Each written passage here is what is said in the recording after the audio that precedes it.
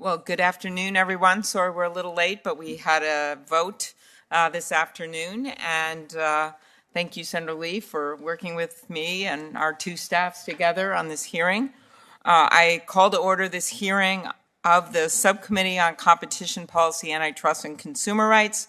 The title of this hearing is Antitrust Applied, Examining Competition in App Stores. I welcome our witnesses. In our hearing, we're going to examine the scope of America's monopoly problem and discuss what should be done to protect and foster competition in the 21st century. Today, we will focus on competition in what we call the app economy. We will discuss competition relating to the mobile applications that run on our smartphones, including revenues generated through app sales and in-app purchases, as well as app-related ad revenues and sales of devices designed to run apps. In 2020, global app revenues have been estimated at more than $580 billion, and they are projected to grow to more than $900 billion by 2023. In just the first 3 months of this year, users are estimated to have spent $21 billion on apps from Apple's App Store and around $11 billion on apps from Google's Play Store. Those are billions, not millions, and that's 40% higher than last year. This is a huge business, and it's growing fast. There's nothing wrong with that, but what's wrong is if we don't have competition. Users spend about 90% of their smartphone internet time on apps. Consumers cannot get the same functionality from a web page as they can from an app.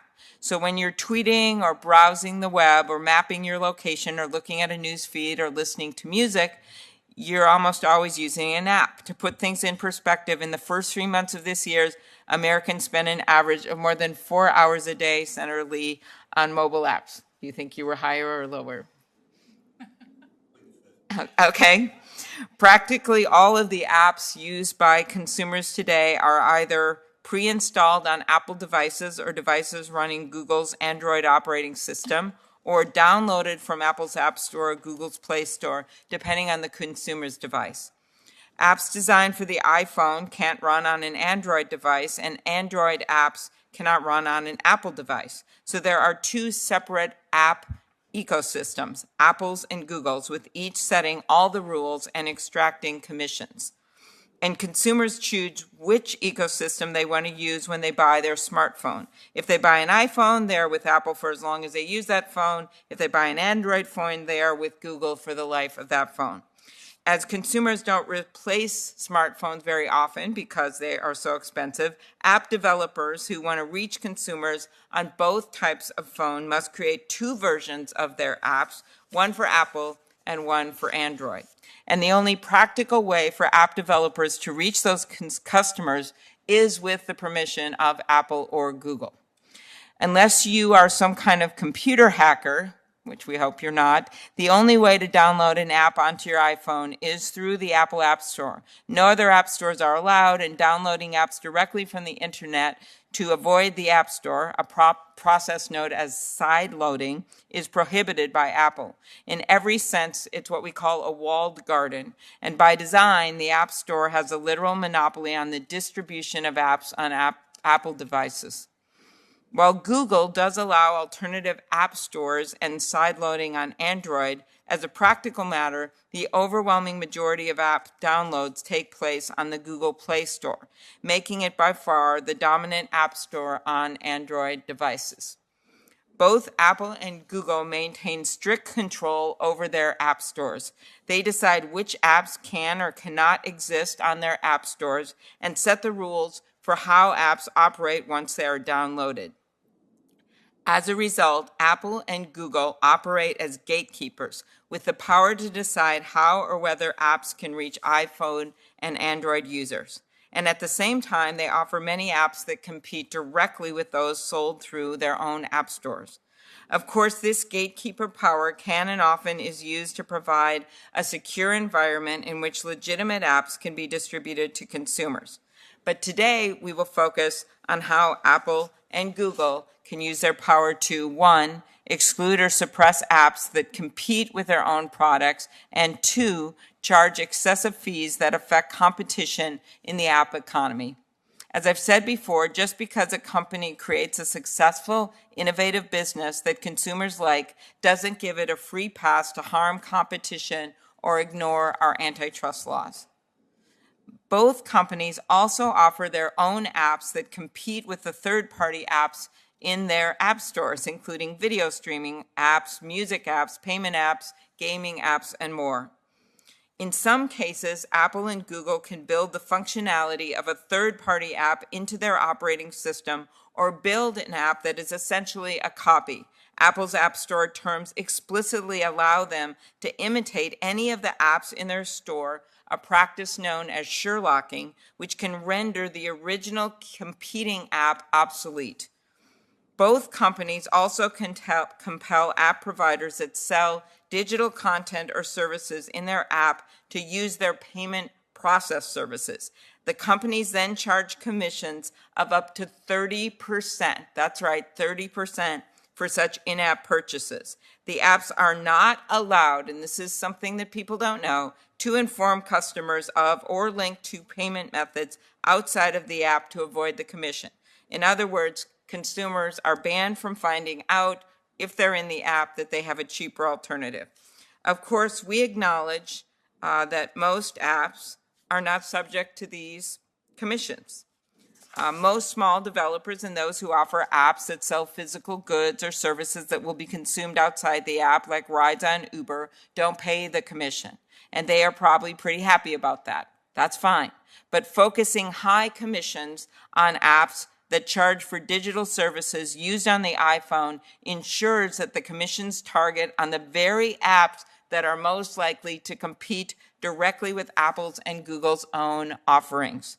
And some affected app developers are complaining that being forced to use these payment services with their high commissions are crippling their ability to compete with Apple and Google products on equal terms.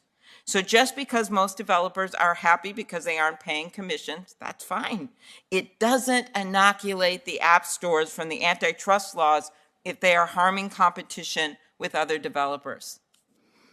Some developers have also raised concerns about the App Store's ability to demote their placement in App Store rankings, to banish their apps from the App Store, to withhold or delay approval of app updates, which can limit app functionality, and to set their own products as automatic defaults. And when we talk about incentives, it's important to remember that the app stores aren't supporting businesses that just cover the cost of operating them. In 2020, consumers are estimated to have spent $72.3 billion in Apple's App Store and $38.6 billion in Google's Play Store. Applying their standard commission rates to these amounts nets Apple and Google billions of dollars. These concerns have attracted the attention of enforcers in America and around the world. We've seen significant reports on this issue from governments in Europe and Australia, in addition to the House Antitrust Subcommittee's Digital Markets Report. There have also been news reports of investigations by the Justice Department and state attorneys general into App Store competition, and state lawmakers in Arizona, Massachusetts, North Dakota, my home state, Minnesota, and other states have proposed legislation to regulate app stores. And although we can and should use our existing antitrust laws to address these issues, we can also strengthen our laws, including with my bill, the Competition and Antitrust Law Enforcement Reform Act, and the exclusionary portions of that bill would be very helpful in taking on these cases. We also have to make sure that the agencies have the resources to take on these complex matters, which have taken me quite a few minutes to even get to the guts of explaining this, but I thought it was really important to do. But you can imagine if you're actually taking on the world's biggest companies that we've ever known in the world, you actually have to be able to have the resources to do that. So that is actually tied in with this, as are all antitrust matters before those agencies. They have to have the resources. They just can't do this with duct tape and Band-Aids. We all appreciate app stores and the roles that Apple and Google have played in helping to create many of the technologies that have defined our age. That's great. We're not angry about success. We simply want to make sure that capitalism keeps going in a strong, strong way that's fair to everyone, yes, but capitalism is about competition. It's about new products coming on. It's about new competitors emerging. This situation, to me, doesn't seem like that's happening when you have two companies really each dominating in different areas, and where you have companies that are simply trying to do business in their own ecosystems, or maybe with Apple and Google, that are severely hampered from doing it. So with that, I turn it over to Ranking Member Lee, and I look forward to hearing from the witnesses. Thanks so much, Chairwoman Klobuchar, and thanks for holding this hearing. Thanks to all of you for being here today. The subject of today's hearing, as our Chairwoman has just indicated, is an incredibly important one. For better or for worse, our smartphones have come to dominate our social and economic lives, and apps are increasingly becoming the most popular way to use those devices to communicate, in many cases to make purchases, to stay informed, and otherwise manage our day-to-day affairs.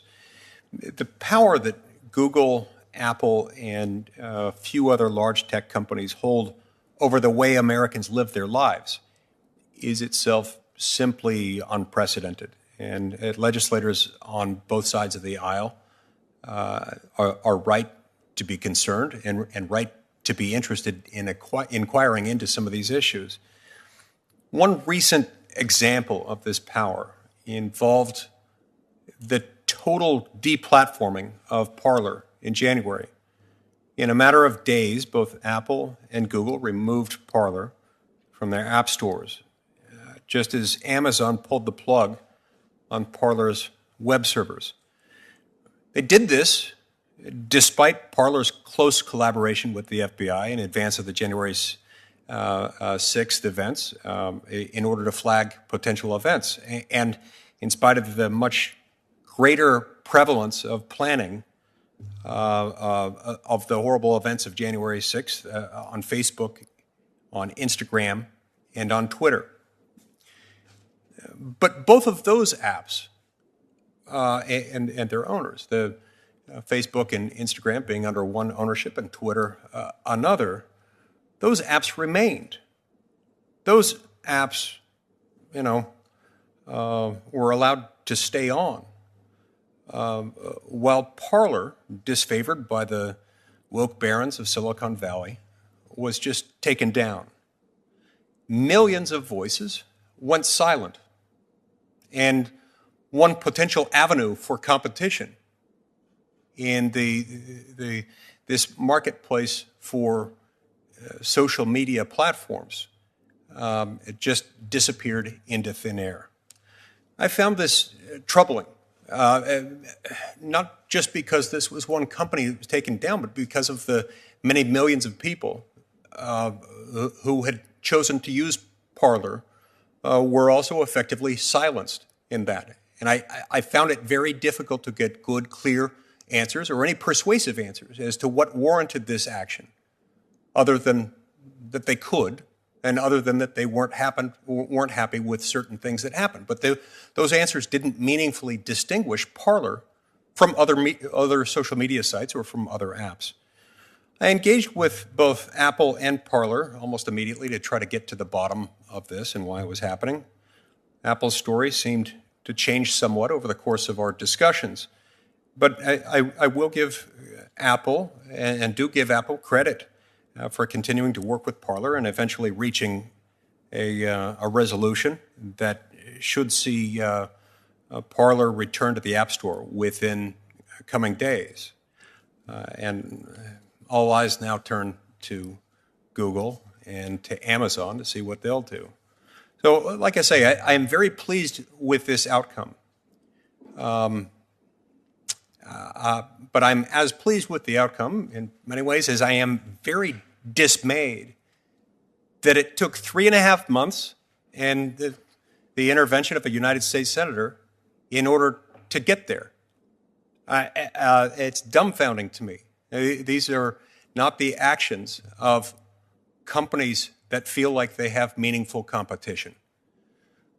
Now, I want to be clear.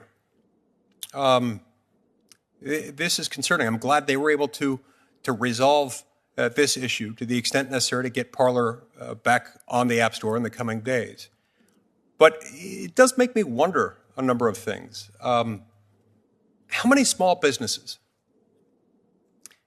and let's be clear, that's what many apps start out as. In fact, most, nearly all, start out as small businesses. How many small businesses flounder and die because of potentially pretextual restrictions imposed on them arbitrarily by App Store gatekeepers? How many of them? And how many never even get off the ground? We may never know the true cost of competition and the cost to competition itself and to innovation and to consumers. I also want to be clear that Parler's deplatforming was itself not, as far as I can tell, an antitrust violation, but it might be symptomatic of the immense market power held by a handful of tech companies, including Apple and Google and Amazon and others. When we see this kind of market power being used in harmful, if legal ways, it's only fair to ask whether it's also being used in illegal ways that might harm competition. Sometimes this is what raises the first flags. If you see someone acting with wanton disregard for competitive forces that might otherwise come into play, what else could be out there? If big tech is going to take a side in the culture wars or in political conversations, big tech should be prepared for the greater scrutiny that will come with that unfortunate choice and with that harmful choice. With this in mind, I'm really excited to participate in today's hearing and to get to the bottom of this really pressing question. Thank you.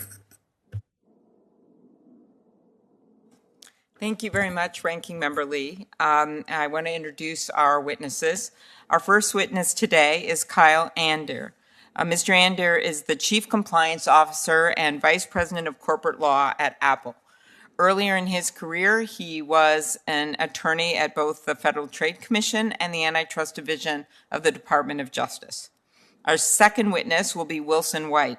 Mr. White is a public policy and government relations senior counsel on Google's Mountain View policy team, where he is the global public policy lead for the Android, Google Play, payments, communications, and hardware businesses. He also leads on the company's global policy strategy for emerging tech issues, including artificial intelligence, virtual reality, and the Internet of Things. Our third witness is Dr. Mark Cooper. Dr. Cooper is Director of Research at the Consumer Federation of America, where he has responsibility for energy, telecommunications, and economic policy analysis. He holds a PhD from Yale and is a former Yale and Fulbright Fellow. He is the author of 5 books and numerous articles. Next will be Mr. Horacio Gutierrez. Mr. Gutierrez is the General Counsel and Vice President of Business and Legal Affairs at Spotify. He is responsible for overseeing Spotify's global legal, regulatory, and government affairs and serves as corporate secretary to its board of directors. In addition, he heads Spotify's global licensing operations, a business function responsible for commercial licensing activities with record labels, music publishers, performance rights, and other right holders worldwide. Our fifth witness is Christian Daru. Ms. Daru is the General Counsel, Corporate Secretary, and Chief Privacy Officer of Tile, Inc. She manages legal and government affairs as well as privacy for Tile and serves on its executive leadership team. Christian started her career as a commercial litigator with a focus on consumer protection and antitrust defense. Most recently, prior to Tile, she was Chief Privacy Officer of Electronic Arts. Our final witness is Jared Sine. Mr. Sine currently serves as the Chief Legal Officer and Secretary of Match Group, where he is responsible for all legal, compliance, and government affairs functions for Match Group on a global basis. Prior to joining Match Group, he worked for Expedia as Vice President Associate General Counsel, where he oversaw all legal aspects of Expedia's mergers, acquisitions, joint ventures. I want to thank the witnesses for appearing today, and I look forward to hearing your testimony. If the witnesses now could stand and raise your right hand, including our remote witnesses. Do you swear that the testimony you will give before the subcommittee will be the truth, the whole truth, and nothing but the truth, so help you God? I do.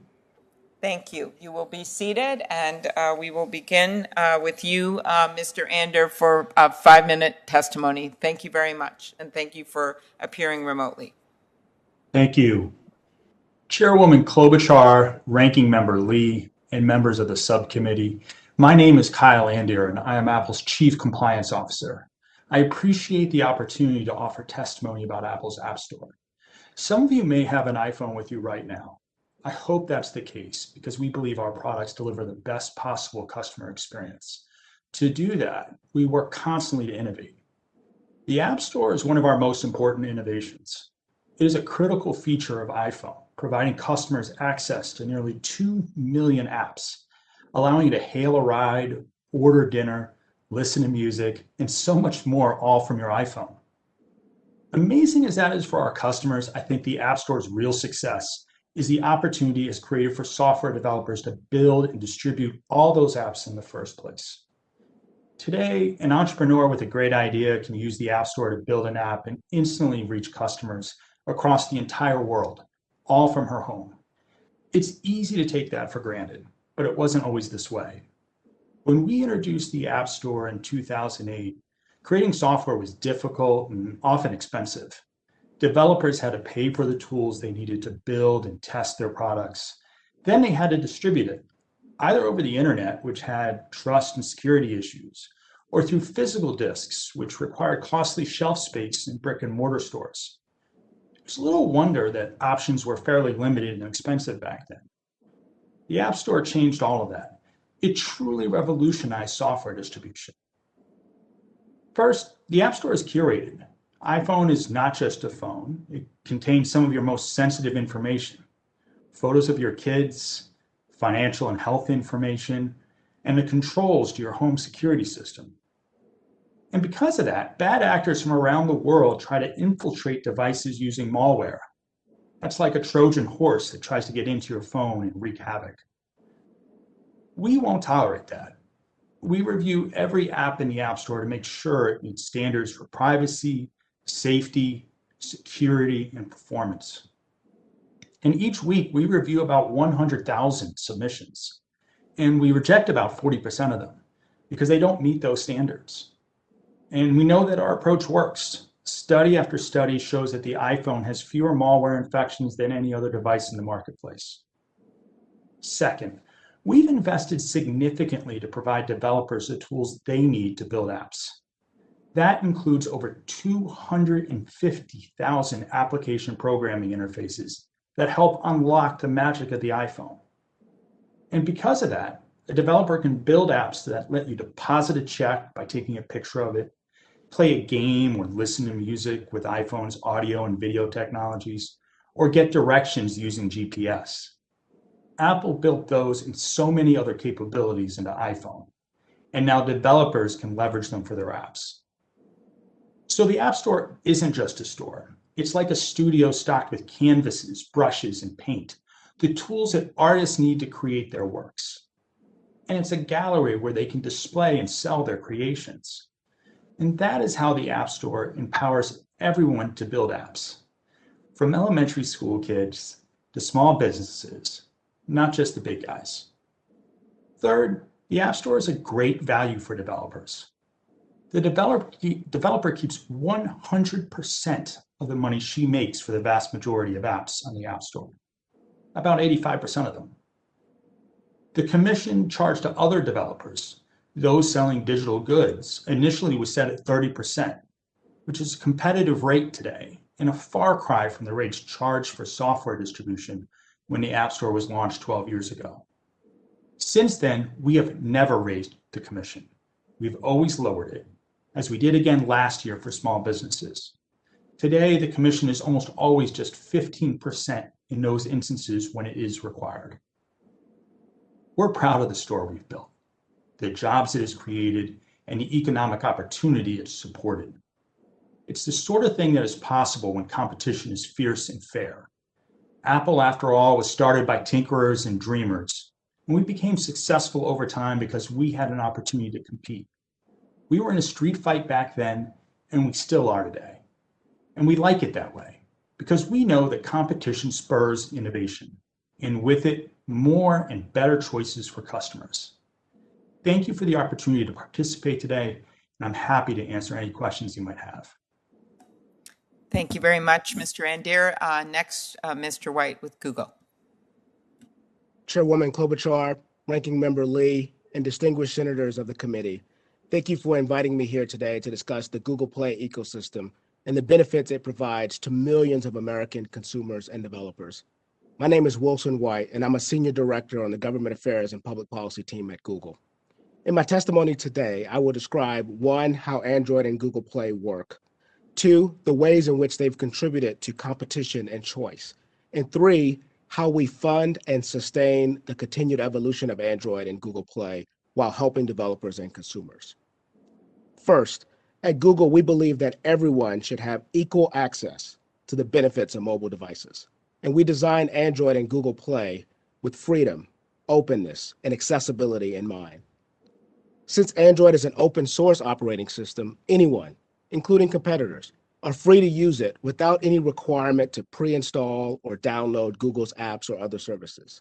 Thousands of companies, including Peloton and JetBlue's in-flight entertainment system, use the Android operating system to build their technologies and their businesses. Device makers and carriers are free to use Android without Google Play or Google's other services, and many of them actually choose to preload Google's apps alongside their competing apps.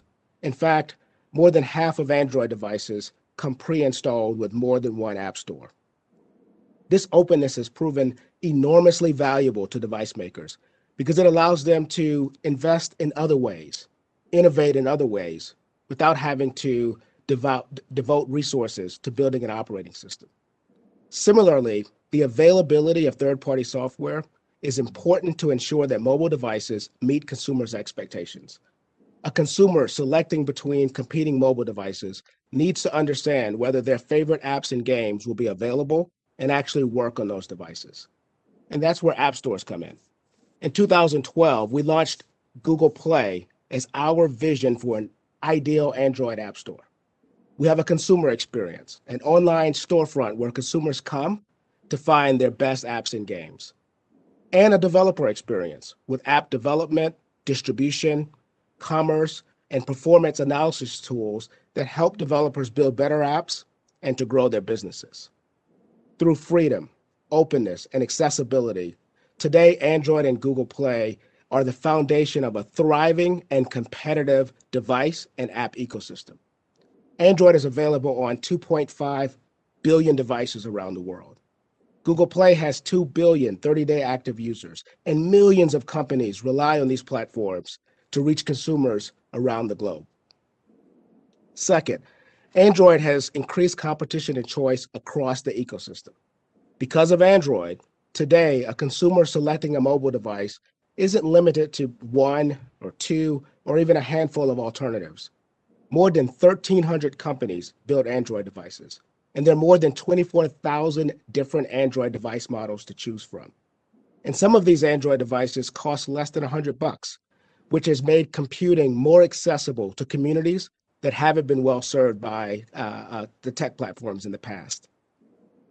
Third, our business only succeeds when our developer partners succeed and consumers view us as a trusted destination for digital content. More than 90% of the apps on the Google Play Store are free to consumers. And we don't charge for the range of services that Google Play provides unless it results in a sale of digital content for a developer. And even then, only if that sale occurs within the app itself. We believe this business model supports entry and innovation. Now, when our standard fee does apply, it covers everything from essential security updates, managing app installs, and a vast array of developer tools to help developers build and to maintain a global marketplace. It also reflects the investment that we make in the platform itself. For example, we employ approximately 9,000 people who are dedicated to Android and Google Play. This fee is also competitive with industry practices that existed long before Google Play was built. Many PC and console, physical, and other app stores charge similar fees. And just a few weeks ago, we announced that we were reducing the fee to 15% on the first $1 million that all developers earn on Google Play, regardless of those developers' sizes. Now, with this change, 99% of developers will see a 50% reduction in their service fees.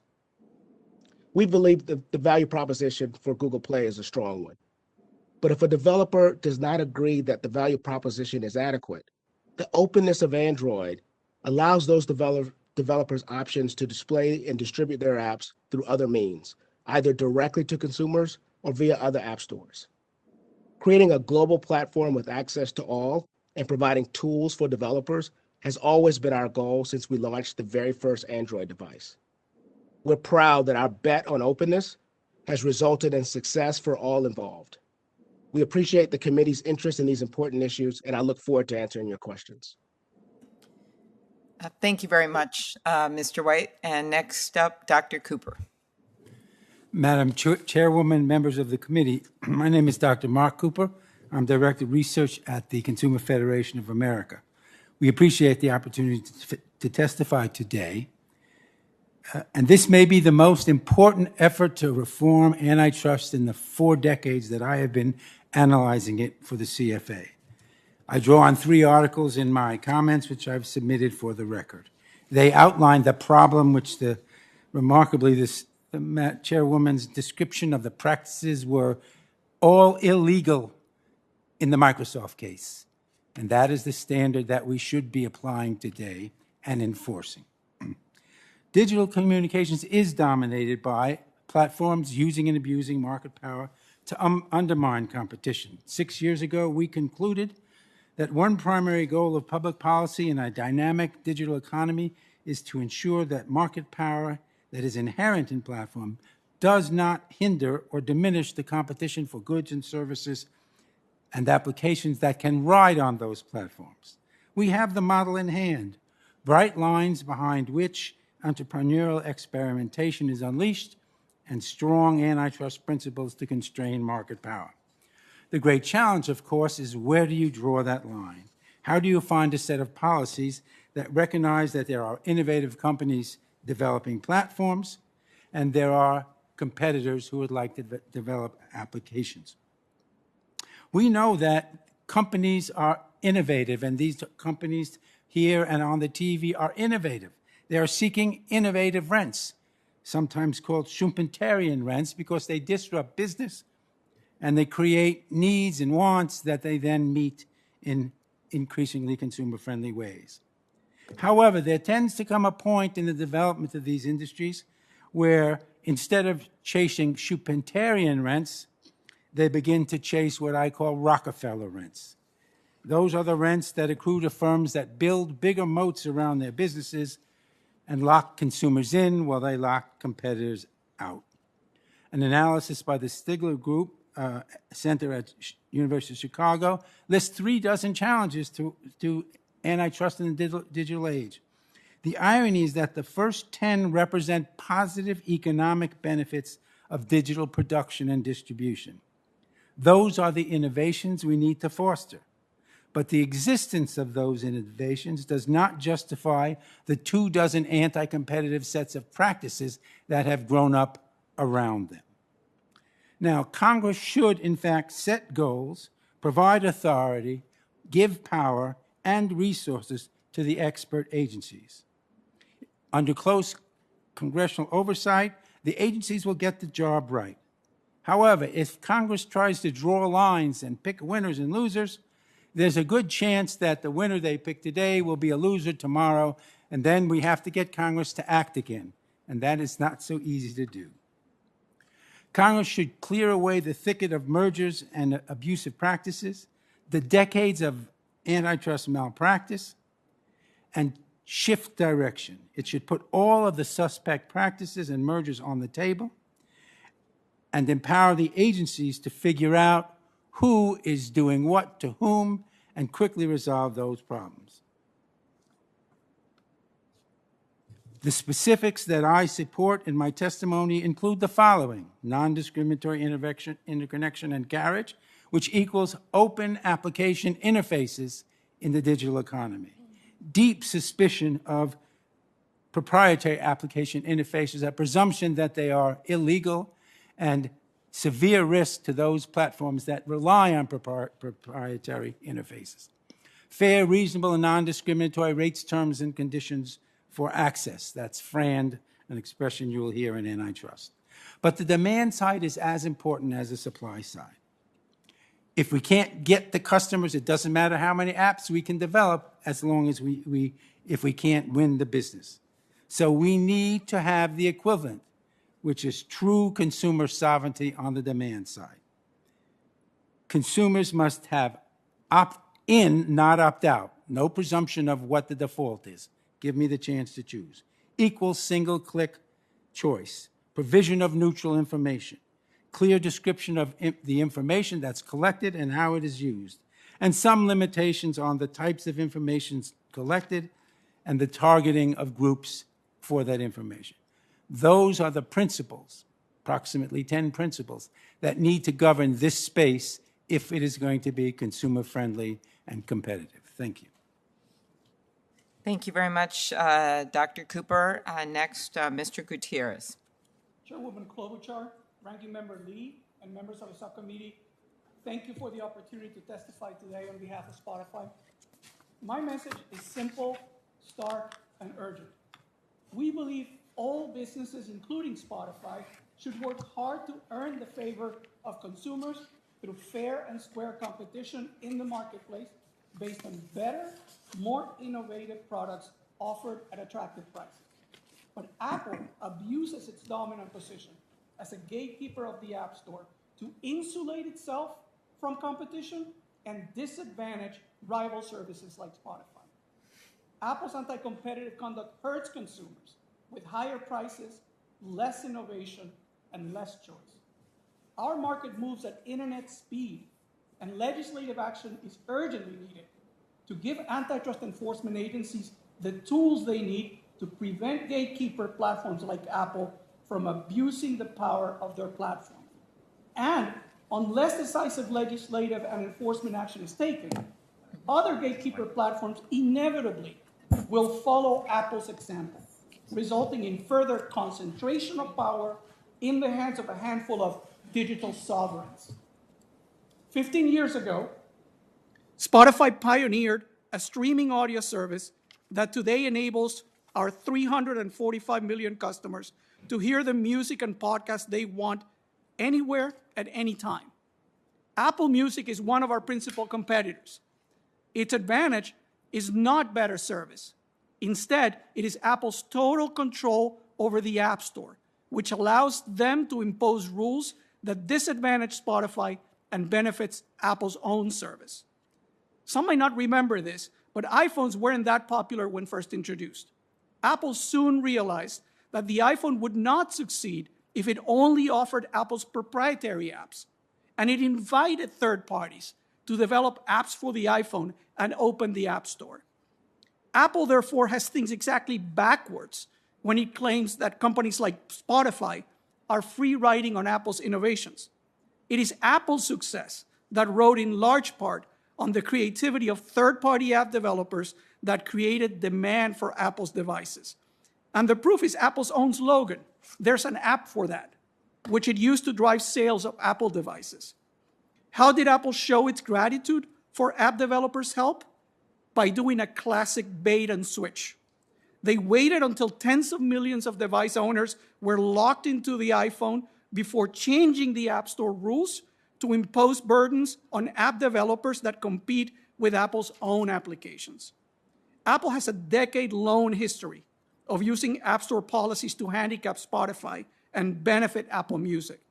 It forced us to choose between two bad options: accepting Apple's illegal tie of its proprietary payment system and paying Apple's 30% tax, which would have forced us to raise consumer prices and made our service more expensive than Apple Music, or accepting a gag order prohibiting our communication with our own customers so that we can't tell our users about the existence of our premium service, the discounts and promotions available to first-time subscribers. Now, it doesn't take a PhD in economics to recognize that this abusive conduct hurts consumers by depriving them of information about a product that competes with Apple's.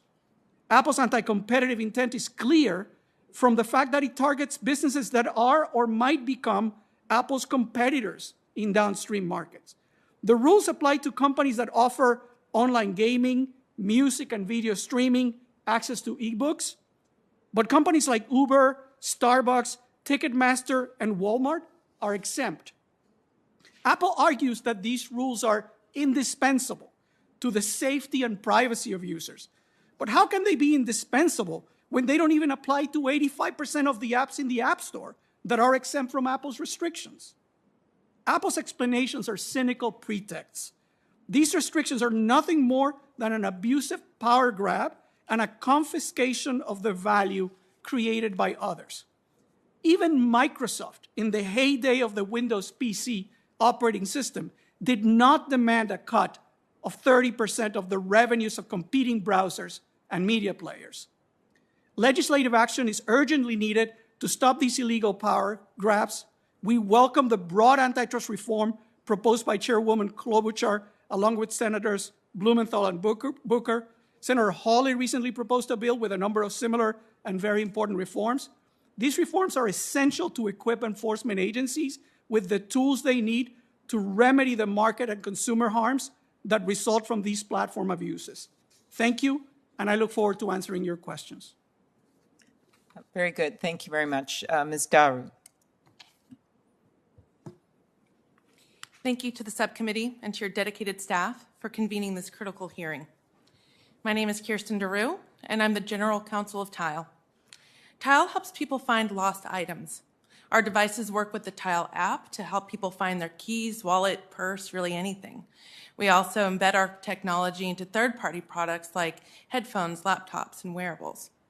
We're a small company with less than 150 employees, but we pioneered this category and found success even in the face of significant competition, ranging from other startups to Fortune 50 companies. Much of our success relates both to world-class features and a commitment to both privacy and, importantly, interoperability. We believe consumers should have a seamless finding experience across any platform, including Android and iPhone. Originally, we had a symbiotic relationship with Apple. We launched our iOS app in 2013. They sold our devices in their retail stores, and they even featured us on stage at their Worldwide Developer Conference in 2018. But that all changed when Apple decided that it wanted to take over this category. To be clear, we welcome competition, but it has to be fair competition. And Apple's idea of competing is patently unfair, and I will give you some examples. With iOS 13, Apple introduced a new Find My app that had Tile features. It's basically their version of Tile. Find My is installed by default on all iPhones. At the exact same time, Apple made changes to its operating system that denigrated our user experience and made it really hard for our customers to activate their Tiles, but they left Find My streamlined and on by default. Apple reserved troves of critical information for use exclusively in Find My and not competing apps. And then, of course, yesterday, Apple announced the launch of their competing hardware product, the AirTag. AirTags will make use of a technology called ultra-wideband, or UWB. It's a non-proprietary technology in the same way that Bluetooth is. But whereas Bluetooth can tell you in what room your item is located, UWB can tell you exactly what pillow it's under. Apple first included UWB chips in its iPhone 12, and since 2019, we have made many requests to access that chip so that we can use it for the benefit of our customers. In fact, we made an amazing experience using augmented reality with UWB, where you can use your phone and see exactly where in the room, what pillow your keys are located under. But Apple refused our requests, and therefore we cannot bring that innovation to the market for the benefit of our customers. Yet the AirTag is going to use UWB because Apple's decided to reserve its use exclusively in its product. If that weren't enough, 2 weeks ago, Apple confirmed that it's about to go live with something called the Find My Network Accessory Program, which the House has already found to be anti-competitive. The program was originally touted in the media as a pro-competitive concession to Tile's concerns, giving our customers access to the troves of location data otherwise reserved for Find My. Not so. In order for our customers to get that benefit, we have to give Apple unprecedented control over our business and direct our customers to the Find My app to find their lost items. Basically, the Find My program holds critical data hostage to coerce developers like Tile to abandon our apps and our networks. It deprives customers of choice, and importantly, it breaks our interoperability. This isn't surprising. In the Epic litigation, an Apple employee named Find My Friends as part of Apple's strategy to decrease interoperability to lock customers into its ecosystem. It seems as though Find My is part of Apple's ongoing plan to turn iOS into a Hotel California, where you can check in anytime you like, but you can never leave. And it's working. One of our competitors has actually announced that its newest devices will be available exclusively within Find My to the exclusion of its own app. Apple, of course, claims that all of these actions are necessary in the name of privacy. That is not true. Privacy and fair competition are not mutually exclusive.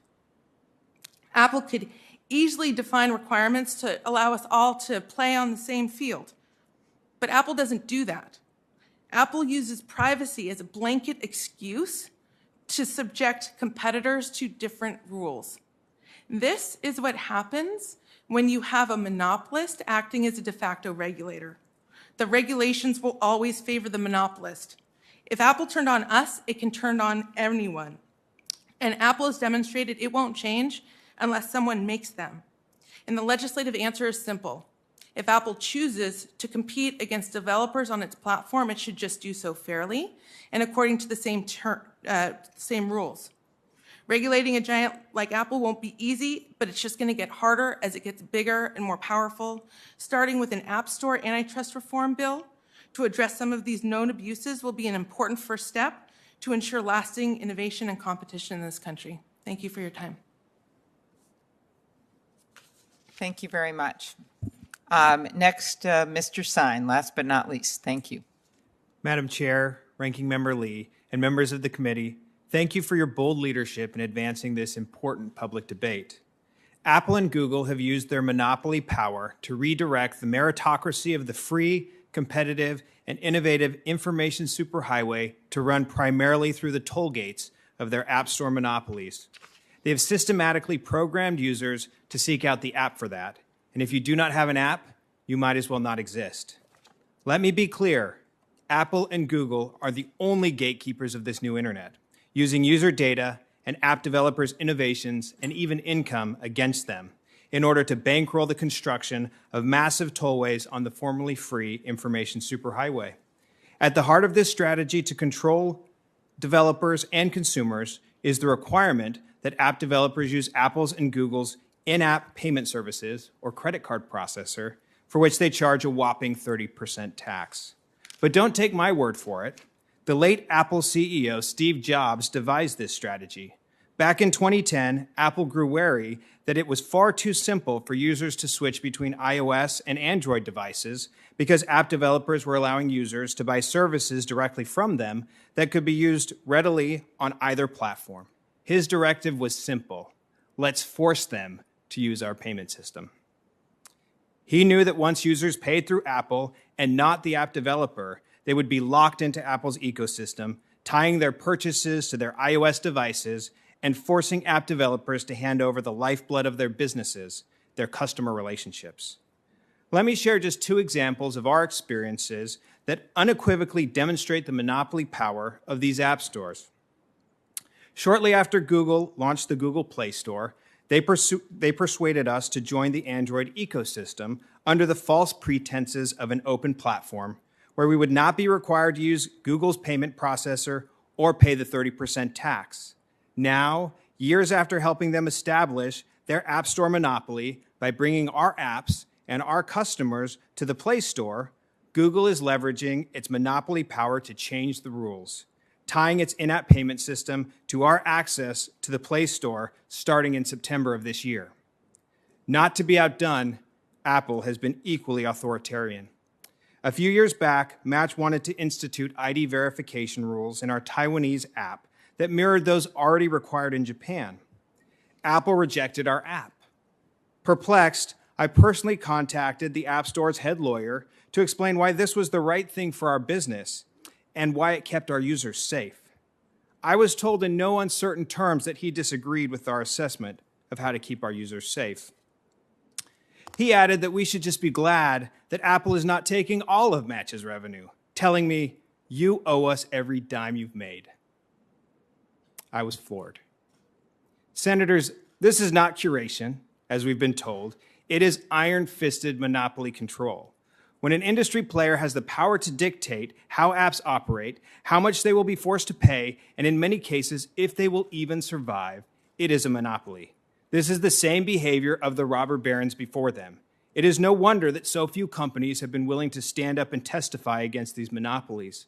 Would you take that risk if you were a small business? These monopoly activities result in many harms to app developers and consumers, but I'll focus specifically on 4. First, safety is actually harmed in the current system. Because of Apple's and Google's stranglehold on consumer data, it's difficult for us to even conduct the most basic safety checks for our apps. For example, despite multiple requests over the years, Apple and Google still allow underage users to download our apps, even when they know they are under 18. Apple and Google actually make it harder for us to keep our users safe. Number 2, Apple's and Google's in-app payment rules force users to hand over massive treasure troves of their most sensitive data, which these tech titans can use to enrich their own products or develop their own competing digital services nearly overnight and charge 30% less. Number 3, the App Store tax. Today, instead of there's an app for that, Google's and Apple's practices could be better described as there's a tax for that. The 30% tax levied on every digital transaction increases costs on consumers and developers alike. For Match, these App Store fees are our single largest expense, eclipsing $500 million annually.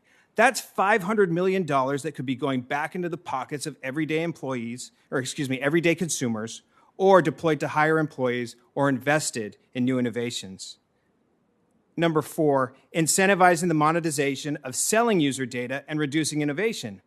Apple and Google essentially push developers to adopt a less privacy-friendly business model, incentivizing them to avoid mandatory in-app payment by operating more like Facebook, where consumer data is the commodity and monetized. Additionally, by removing competition in the payment space, innovation is harmed. When the veneer of their safety, security, and privacy arguments shatter under the weight of scrutiny, Apple and Google respond that they built the platforms and should be able to decide what business models they use. Members of the committee, I submit that the railroad companies build the railroads. The steel companies built the steel mills. The telephone companies built the telephone lines. The creators of all of these incredible innovations each made the same argument at different times. It did not justify a monopoly then, and it should not today. Thank you, and I look forward to answering your questions. Thank you very much. That was very powerful, Mr. Stein, as was all the witnesses before us. So let me start out here with you, Mr. Gutierrez. Both Apple and Google charge app developers a 30 to 15% commission fee for processing in-app purchases of digital services. Both companies point out that the majority of apps do not pay any payment processing commission because they are free apps or because they're selling non-digital products or services. But many of those who must pay the commissions find them duly burdensome. And I'm concerned that these commissions can be used to suppress competition when they raise the costs of app developers that compete with the apps or other products or services that are offered by the app store operator. Spotify has raised concerns about the competitive impact about these commission fees. Can you describe the effect of these in-app commission fees, what effect it's had on Spotify's ability to compete? And can you just pass these fees on to consumers? Thank you, Senator. Thank you for your question. There was a time in which under pressure from Apple, we had to implement Apple's in-app payment service. And as a consequence of that, had to start paying the 30% Apple tax. The consequence of that in a business like ours, where so much of our revenue has to go to pay for the licensing of content from artists and music labels and others, is that in fact we had no choice but to increase our price to be able to afford the 30% tax that Apple was imposing on us. So we had to raise our consumer prices from a monthly subscription of $9.99 to $12.99. Unbeknownst to us, as Apple was putting pressure on us to do that, Apple was in the process of acquiring Beats Music, rebranding it as Apple Music, and then just a couple of months after we had to increase prices, Apple launched Apple Music at $9.99, which meant they were now undercutting us on price because we had to pay the 30% tax to Apple. So faced with this reality in which Apple was now putting us in this uncompetitive situation from a consumer price perspective, we had no choice but to take the IAP functionality now.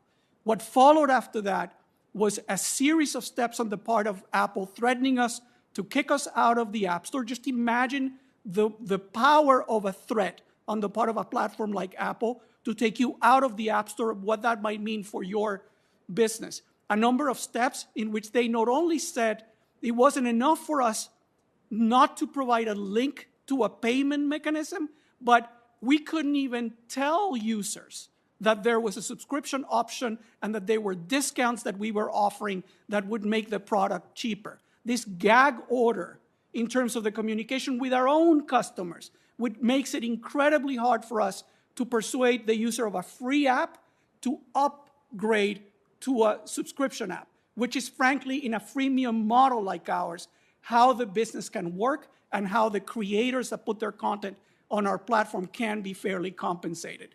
This is a very clear example. I'm going to keep going. It's an amazing story.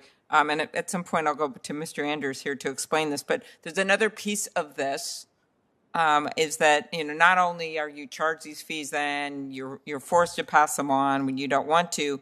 But it's my understanding that the app stores bar app providers like Spotify from telling your customers through the app that your services would be cheaper if they could directly buy them online. And if those marketing bans were eliminated, what would you tell your users, and how do you think it could affect them? Well, that is a super important issue, because our communication with our user is the way in which we get them to know about the opportunities they have about subscription. And if we can't do that, then we can't make the freemium model work. And Apple knows that because they're in the business. Okay, they know all right. exactly the importance of that. All right, Mr. Sine, Match had a program which you testified about, which called T-Mobile Tuesdays, that offer discounts through T-Mobile's app. Is that right? That's correct. Apple shut it down, as I understand it. Is that right? That's correct. They blocked T-Mobile's app. Okay, and so if Apple changed its rules to allow Match to offer discounts, would you do so? And how would that work? 100%. We actually already offer, for example, on our Tinder app, if you subscribe through the website, you get a discount relative to what you would pay in the app. So that already exists. We would 100% take advantage of that if we could. Okay, Ms. Daru, you testified that Apple essentially copied Tile's app and took steps to undermine Tile's functionality by changing the iPhone operating system to favor their competing product and by limiting Tile's access to data. And yesterday, Apple announced the launch of a new product that looks a whole lot like Tile. Can you elaborate on the ways in which Apple's conduct has reduced Tile's ability to compete? Absolutely, and thanks for the question. All of these actions really started when it became known to us that Apple was going to, enter the market and attempt to take it over. But really what they did was, with the exact same operating system update that they introduced the new Find My app, they took away one of our critical permissions, which requires our customers to go deep, deep, deep into their settings to turn Tile on. Find My, by contrast, is on by default, when you set up your operating system. And in order to turn it off, you have to go deep into your settings and actually enter a password. Apple also started serving prompts with that same update to our users. Once they figured out how to turn Tile on, they started serving these prompts, encouraging them to turn Tile off. But they didn't serve up those prompts for Find My. Our Bluetooth network, of course, people need to opt in to the Bluetooth network. I think that's great. We are complete supporters of consumer transparency. But the Find My Bluetooth network in the new Find My app is on by default. And then with these AirTags, as I discussed, we have the UWB issue, which I won't repeat, but there's something else. It's called something they call the magic onboarding flow. To connect your AirPod or your AirTags with your phone, you don't even have to open the Find My app. You just put them near. But that magic flow isn't available to third parties like Tile. In addition to all of that, Apple launched this product and its competing app with the knowledge of a lot of information about our business. They know our retail take rates, they know our retail margins, they know how our devices do in stores, they know who our customers are, they know our subscription take rates, they know what features people use. I mean, the list goes on, and that is another concern. Thank you. All right. So one of the things that I've noticed as we talk to people affected by all of this and the commission fees and the like, they've come forward, and a lot of them, I'm not going to give their names publicly because they're actually afraid to testify. I guess I don't blame them because they feel that it's going to hurt their business. They're going to get intimidated.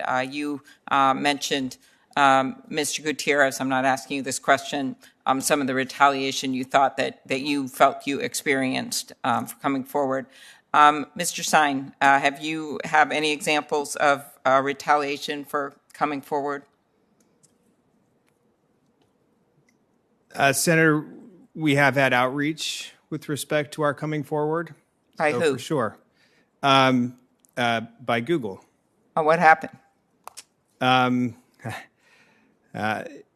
They called us last night after our testimony became public to ask us why our testimony was different than what we'd said about the situation in our earnings call earlier this year.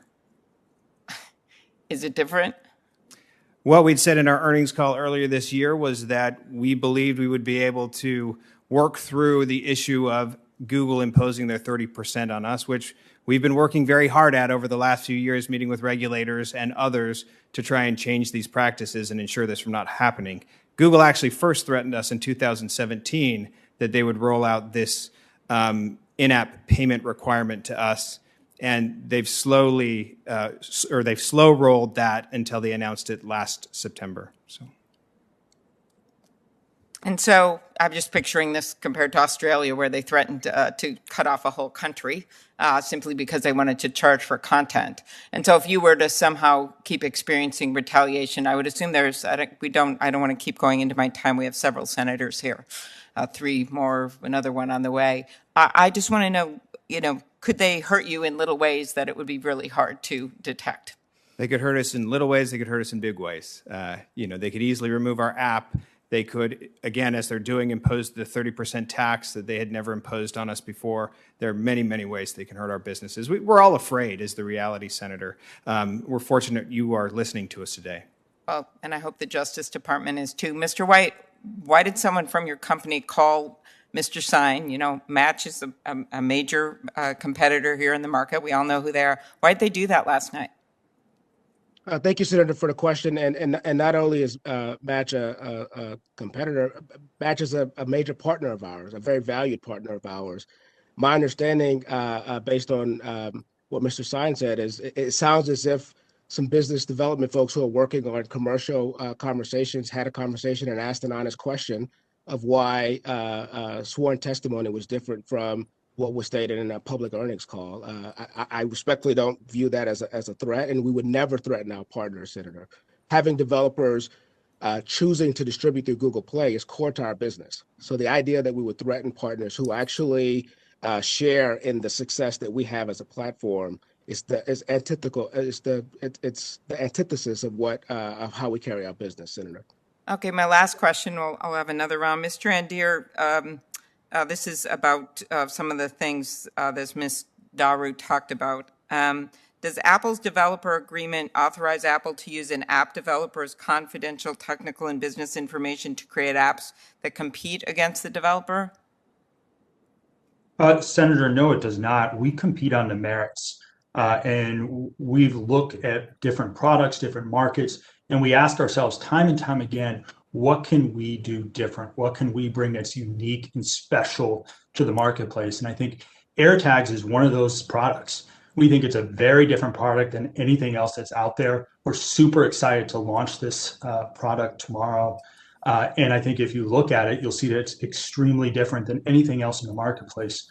We're doing it at the same time as opening up the Find My network so we can see third-party innovation grow. I mean, currently this market is dominated by Tile with 80 to 90% of the market. So we think we're going to see a lot more competition, thanks in part to the product that we're launching tomorrow, but also importantly, by opening the Find My network to all the third parties that are out there and are really excited to bring products to market. And do you use any non-public information or data from the App Store? Did you copy anything from Tile? Senator, appreciate the question. Absolutely not. We did not copy Tile's product. We did not copy Tile's application. And I think if you look at the AirTags that will be released tomorrow, if you look at the Find My application, you'll see this is a very different product, a very different experience than what you see with Tile. And we're excited to compete and offer that choice to our consumers. And why do you have to charge 30% to Spotify? Senator, I appreciate the opportunity to respond to that. The fact of the matter is that Spotify has grown an incredibly successful business. And to their credit, they're incredibly innovative, incredibly aggressive when it comes to dealing with artists and creators and driving a hard bargain. They equally drive a hard bargain with distributors, and they've built the market-leading, dominant music streaming business in the world. We, in terms of subscribers, they have 155 million subscribers around the world. Tens of millions of those are on the iPhone. Less than 1% pay a commission to Apple. And in fact, they're only paying a 15% commission. So the price that Mr. Gutierrez mentioned in terms of increasing it by 30%, guess what? They've never reduced that price once for their consumers. And so, hey, they're a great company. They push us to compete each and every day. But I respectfully think, we're offering choice in options to our consumers. Mm-hmm. I'm just thinking they didn't bargain for that much money of 30%. I'm going to turn over to Senator Lee. Thank you, Madam Chair. Ms. Darrow, let's start with you. You talked a little bit about AirTag, and by the way, I've used your product. It's a fantastic product and very helpful to a lot of people. So I want to make sure I understand this correctly. Did Apple start treating Tile differently in advance of the product launch? Is that what you're saying? That is correct. Now, I understand that Apple requires companies like Tile, and including Tile, to sign an agreement to be part of the Find My network. Correct. What can you tell me about what that agreement requires?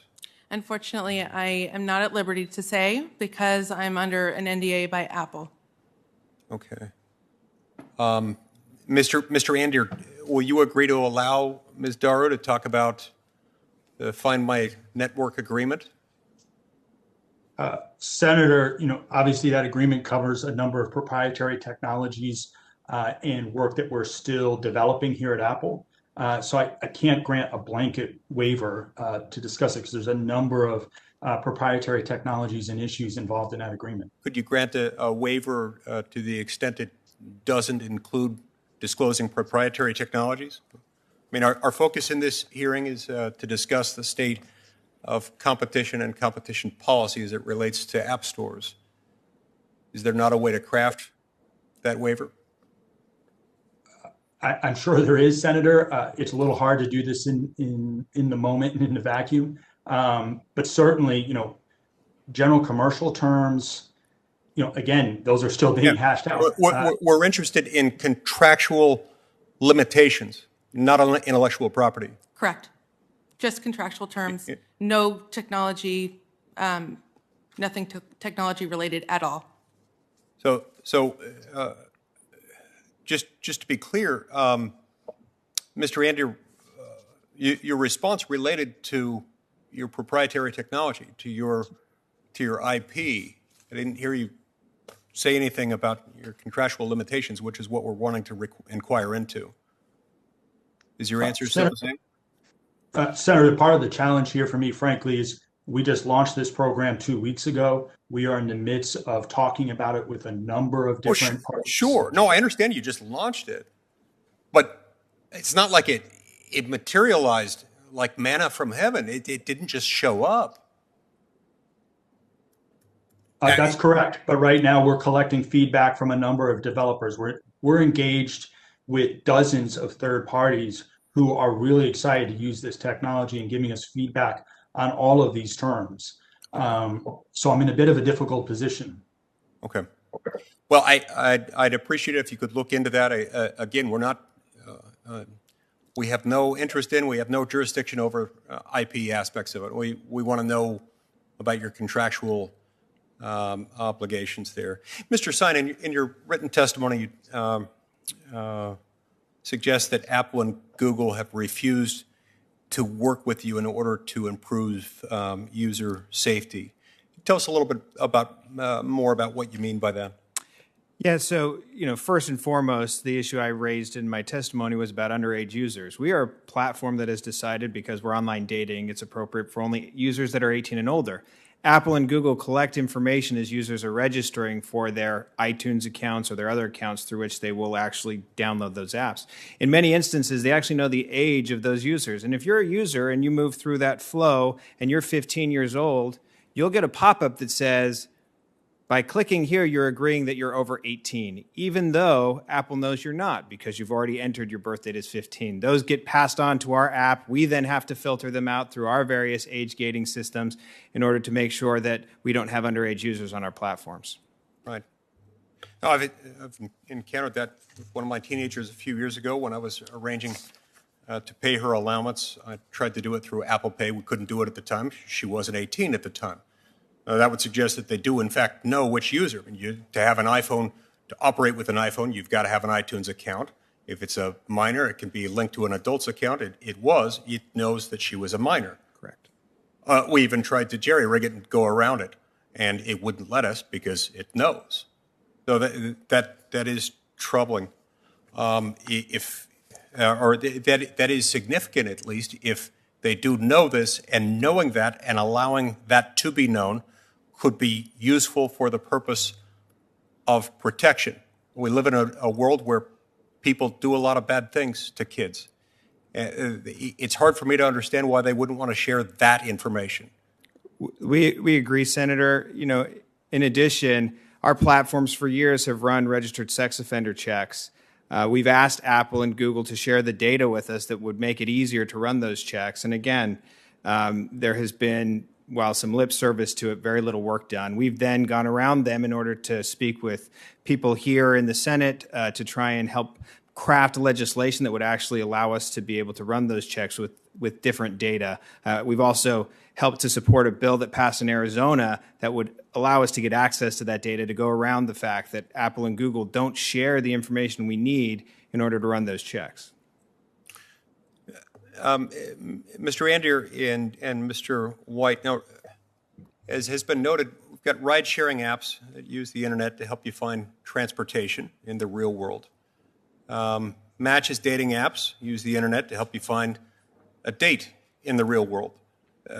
Why does Match have to use your payment services and give up 30% or 15% of its revenue, but Uber does not? Let's start with Mr. White and then go to Mr. Andier. Thank you, Senator Lee, for the question. It's and it's a good one, very important question. The way we've designed our business model is to align our interests with our developer interests. So we only get paid when our developers are engaging in the sale of digital content, and only when that sale occurs in the app itself. Now, when it comes to physical goods and services, we aren't in a position to really protect users on what happens in the physical world. right? We won't know whether that Uber driver arrived on time or whether your groceries arrived in an acceptable state. But when it comes to digital content, that's where our investments have been. That's where our value add is. And that's why we've chosen the business model to align our interests with developers who are actually selling digital content to our shared users. Mr. Andier? Senator, thank you. Apple's App Store was created 12 years ago based on a simple model. That is, if you're selling a digital good or service, you were subject to a commission. Now, obviously, we've made changes to that model over time in terms of making it easier for developers to sell outside of their app in terms of reducing the price over time. When it comes to this question about physical goods or services, like using Uber to call a car to your house to pick you up and take you to the airport, or a Lyft to go and meet friends, to that, you're using the phone to communicate with the service provider, and they're delivering that service to your home or your location. When it comes to a dating service, obviously Tinder has built quite a successful business, and they have a number of these sites. What they're doing is facilitating meeting with people digitally. All of that's taking place, at least should be, on the device. That is, you're finding a match, you're meeting someone, you're swiping right or left. All that's taking place on the device. So from our perspective, and from really the perspective of all the developers we've talked to, that's a digital good or service. That is not a physical good or service being delivered to your house. Now, what if your business involves the downloading of some other digital service, the downloading of ebooks, of audiobooks, or something like that? Does that, if you're saying it's a digital service, wouldn't that extend to the purchase of downloads of books? Senator, yes. Senator, yes, it does. And folks like Amazon and their very popular Kindle app have been. So how is that different than Match.com's apps? They're both selling a digital good or service. One is a book. The other is a subscription to a service where you're meeting other people that you may be interested in. Okay, so Uber, that is also a digital service in the sense that you're trying to find a ride. Now, you're also paying for that ride. It involves movement of the person once the ride arrives. But in all three instances, downloading of books, arranging to meet someone to date, or finding a ride, aren't those all three digital services where you're exchanging information through the app? Senator, respectfully, I see the car service very differently than the dating service or the audiobook. The dating service, you're meeting people on your phone. On the book, you're reading the book on your phone or your iPad. With the car service, I am calling a car to my house to come pick me up and take me to work or to the airport or wherever I might be going. The value I'm getting from Uber and Lyft is a way to get a car to go from A to B. In terms of the other examples, all of the experience is contained within the four corners of the device. You're not paying. But Tinder. Uber is literally meeting a stranger for transportation. I'm not grasping the differentiation point between meeting a stranger for transportation and meeting a stranger to go to dinner. I don't get it. I'm just a small country lawyer from Provo, Utah, but I'm not. Oh, yeah, right. Senator, respectfully, when I'm using Uber or Lyft, I am calling a car to my house to physically get in it and drive somewhere. When I'm using, and I don't use these, a dating service to meet someone, I'm not using it to pay that person to come to my house and to go on a date. That's called something else. I feel like unfrozen caveman lawyer as portrayed by Phil Hartman in Saturday Night Live. I'm not grasping it, but I see my time's expired, and I want to be deferential to our chair. Thanks. Very good. Next, Senator Blumenthal. Thank you, Madam Chairwoman. I'm just a country lawyer from Connecticut. I tried to use that line once Senator Lee in the Supreme Court in an argument there, and I think it's the closest I came to contempt of court anyway. Let me just say, after listening to my colleagues, I'm tempted to say Google and Apple are here to defend the patently indefensible. If you presented this fact pattern in a law school antitrust exam, the students would laugh the professor out of the classroom because it's such an obvious violation of our antitrust laws. Mr. Gutierrez, you remark in your testimony that you were at Microsoft during what you called the heyday of its antitrust woes. I remember those days because I sued Microsoft. And the lesson from that case that you expound here, that these practices are exponentially worse, is absolutely true. But the larger lesson that you tell us, that the current laws aren't working, in effect, that enforcement of them is too little, too late, courts are overly deferential, agencies are reluctant to bring lawsuits, and therefore we need to reform our laws, is the takeaway here. That's correct, Senator. I think that one has to appreciate, both from the point of view of the legal tools of being able to overcome this deferential approach and the task that the enforcement agencies would have to do that. You also have to recognize that in this case, you would be looking at the business and the practices of trillion-dollar companies that have a global footprint with a tremendous information asymmetry. So both from the point of view of the legal tools that the enforcement agencies need, as well as from the point of view of resourcing, I think if something meaningful is going to happen, those things have to be looked at. And what I heard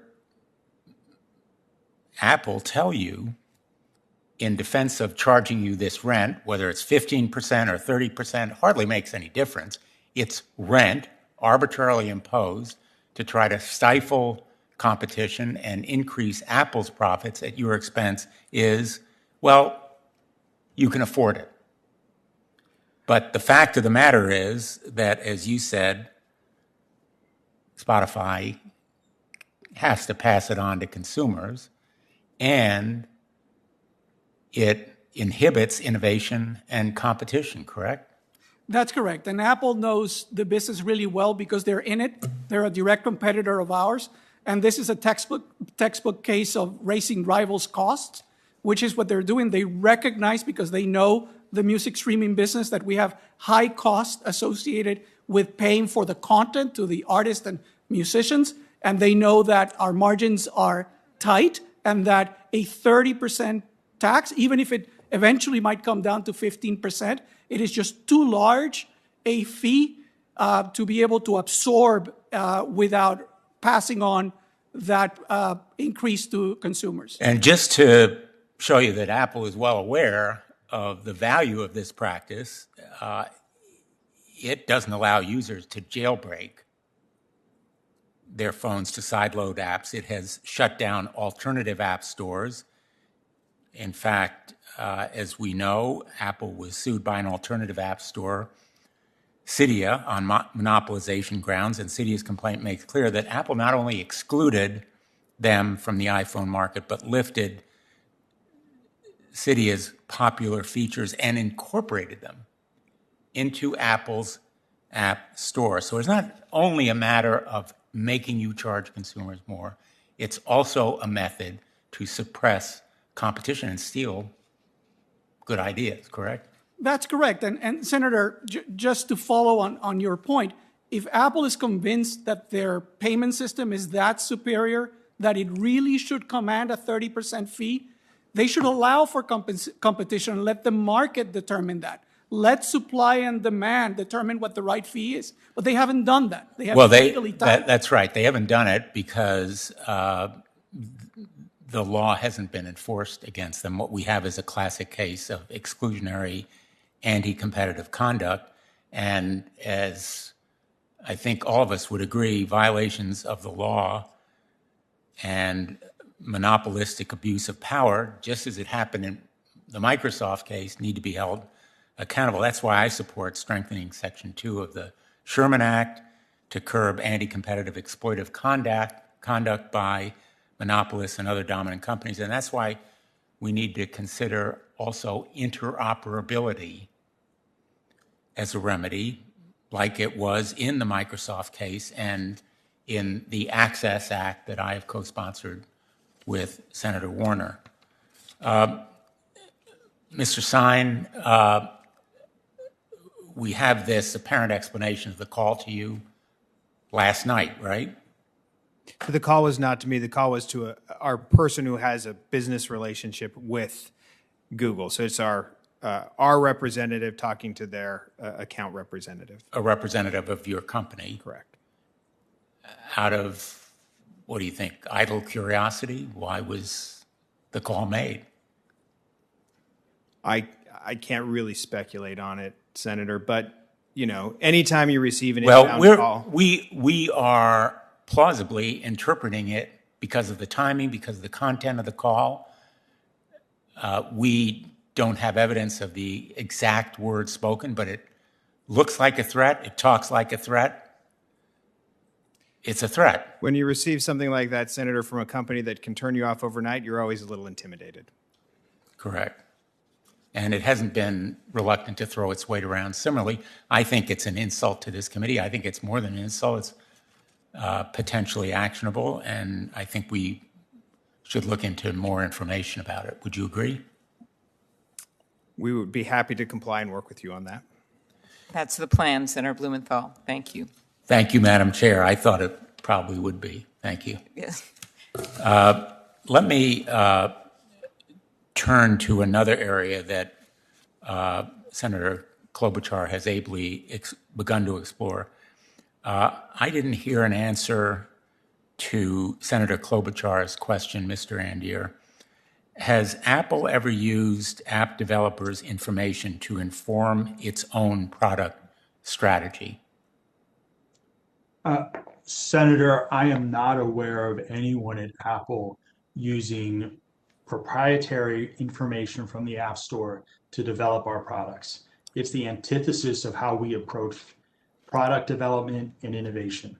We always try to create something different and special and unique for our customers. I noticed that you carefully couched that answer in terms of proprietary information, but the fact of the matter is Apple has, in effect, appropriated, a euphemism for unauthorized taking of this information to copy and kill competitors. It's reportedly done this so often that it's earned a nickname with developers, Sherlocking. Apple and Google have access to troves of private information about apps on their app stores, and it enables them to identify popular and nascent apps and then copy and kill them by introducing those competing apps that mimic the original. Apple's former CEO, Steve Jobs, put it, the company has, quote, always been shameless about stealing great ideas, end quote. That seems to be the MO of Apple, and there are numerous examples of this copy and kill strategy. We've heard about AirTags, which are a carbon copy of Tile's item tracking products. So let me ask you, Mr. Andier, do you impose a strict firewall?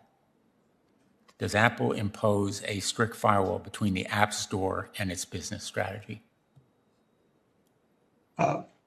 Senator, if I understand the question correctly, we have separate teams that manage the App Store and that are engaged in product development and strategy here at Apple.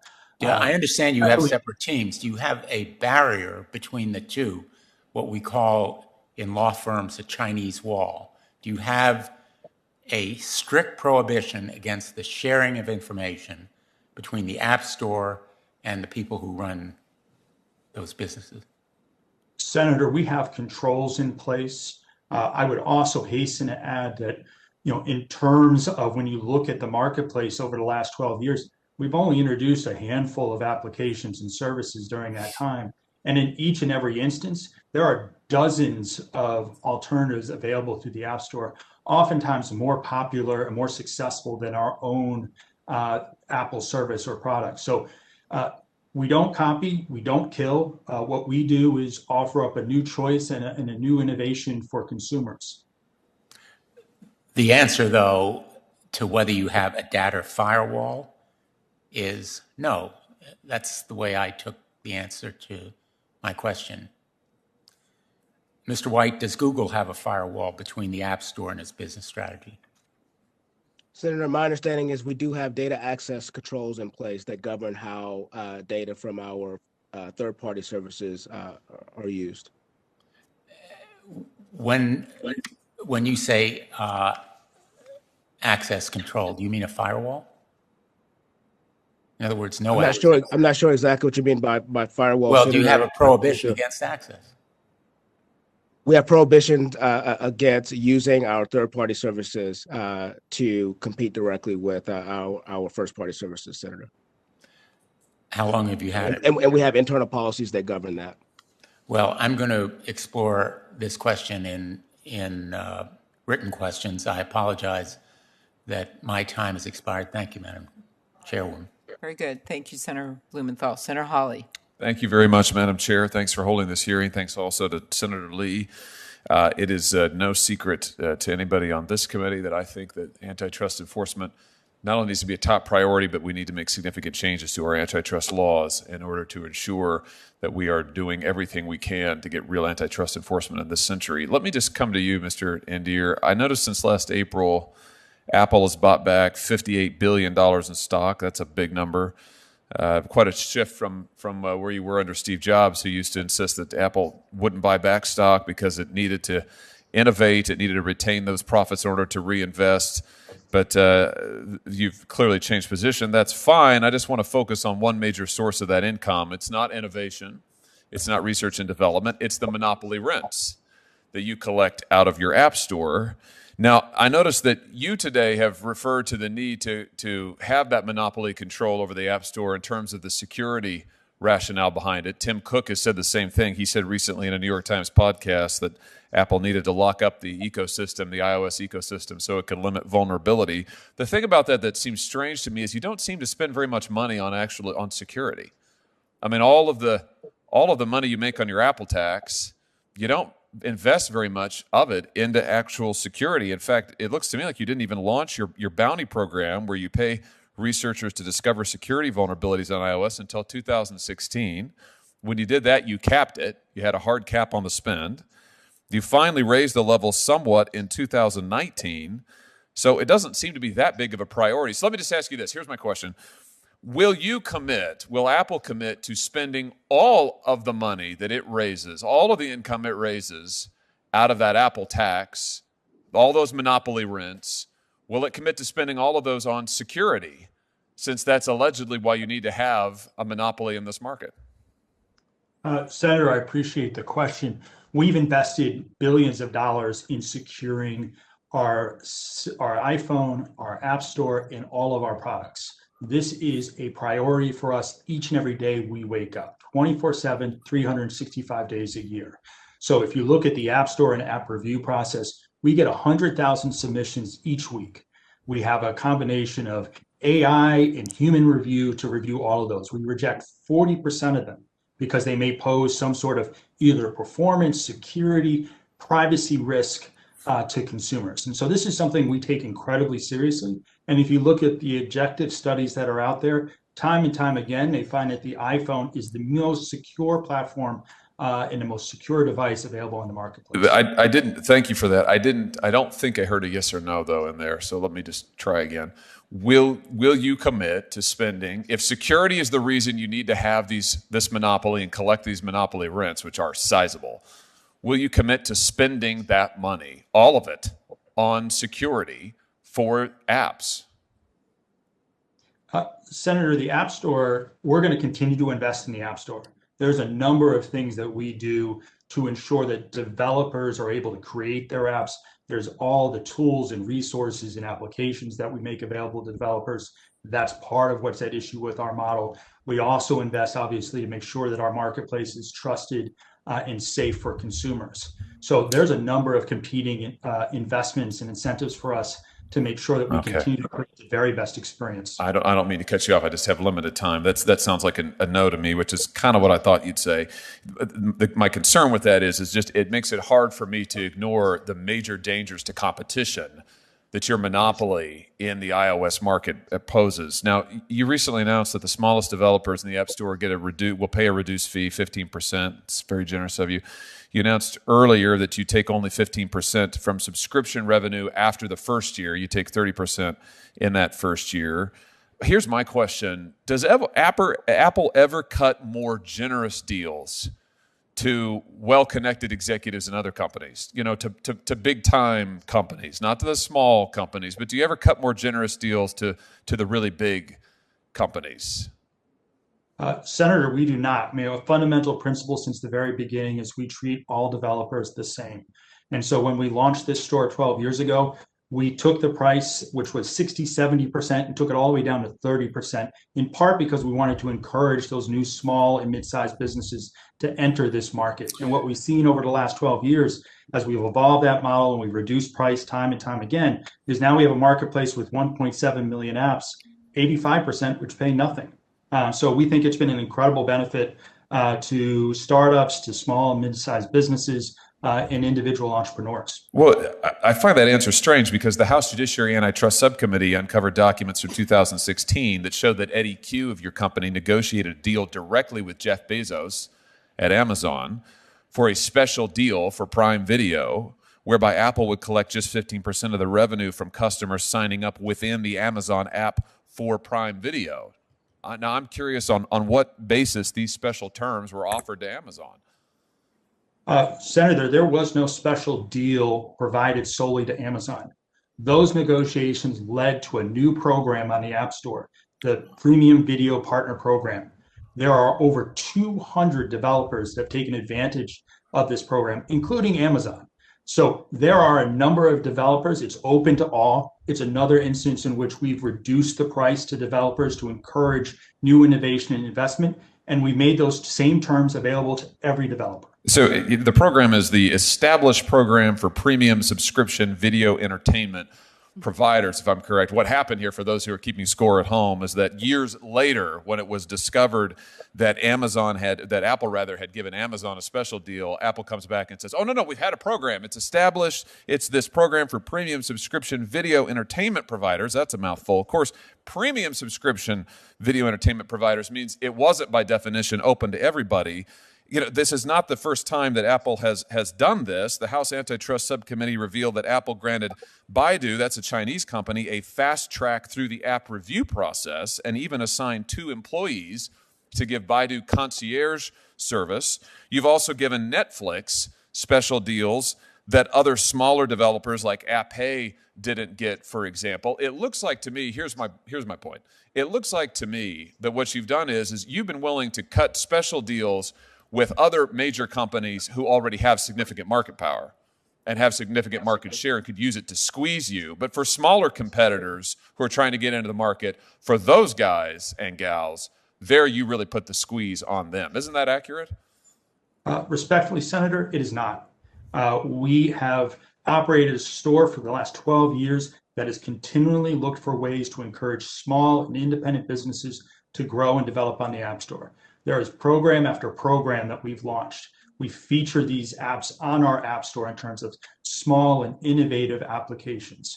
We launched the small and mid-sized business program last year, which reduced the commission for small businesses that were subject to the commission. So we're going to continue to find ways to invest to make it possible for everyone to create on the App Store.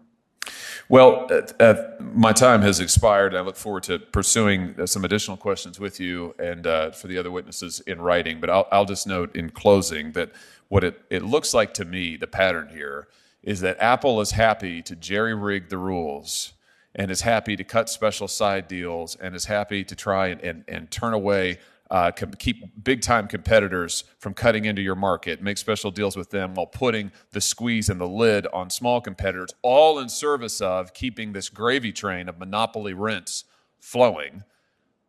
That's a big problem, and it's one I think that it's time that we addressed, and that's one of the reasons I'm glad we've had this hearing today. Thank you, Madam Chair. Thank you very much, Senator Hawley. Next, Senator Ossoff. Thank you, Madam Chair. Thank you to the panel. Mr. White, Mr. Andier, Senator Hawley noted that you've consistently argued a justification for the market power you exercise here is your ability to regulate the safety and security and protection for consumers of apps that are sold on your platforms.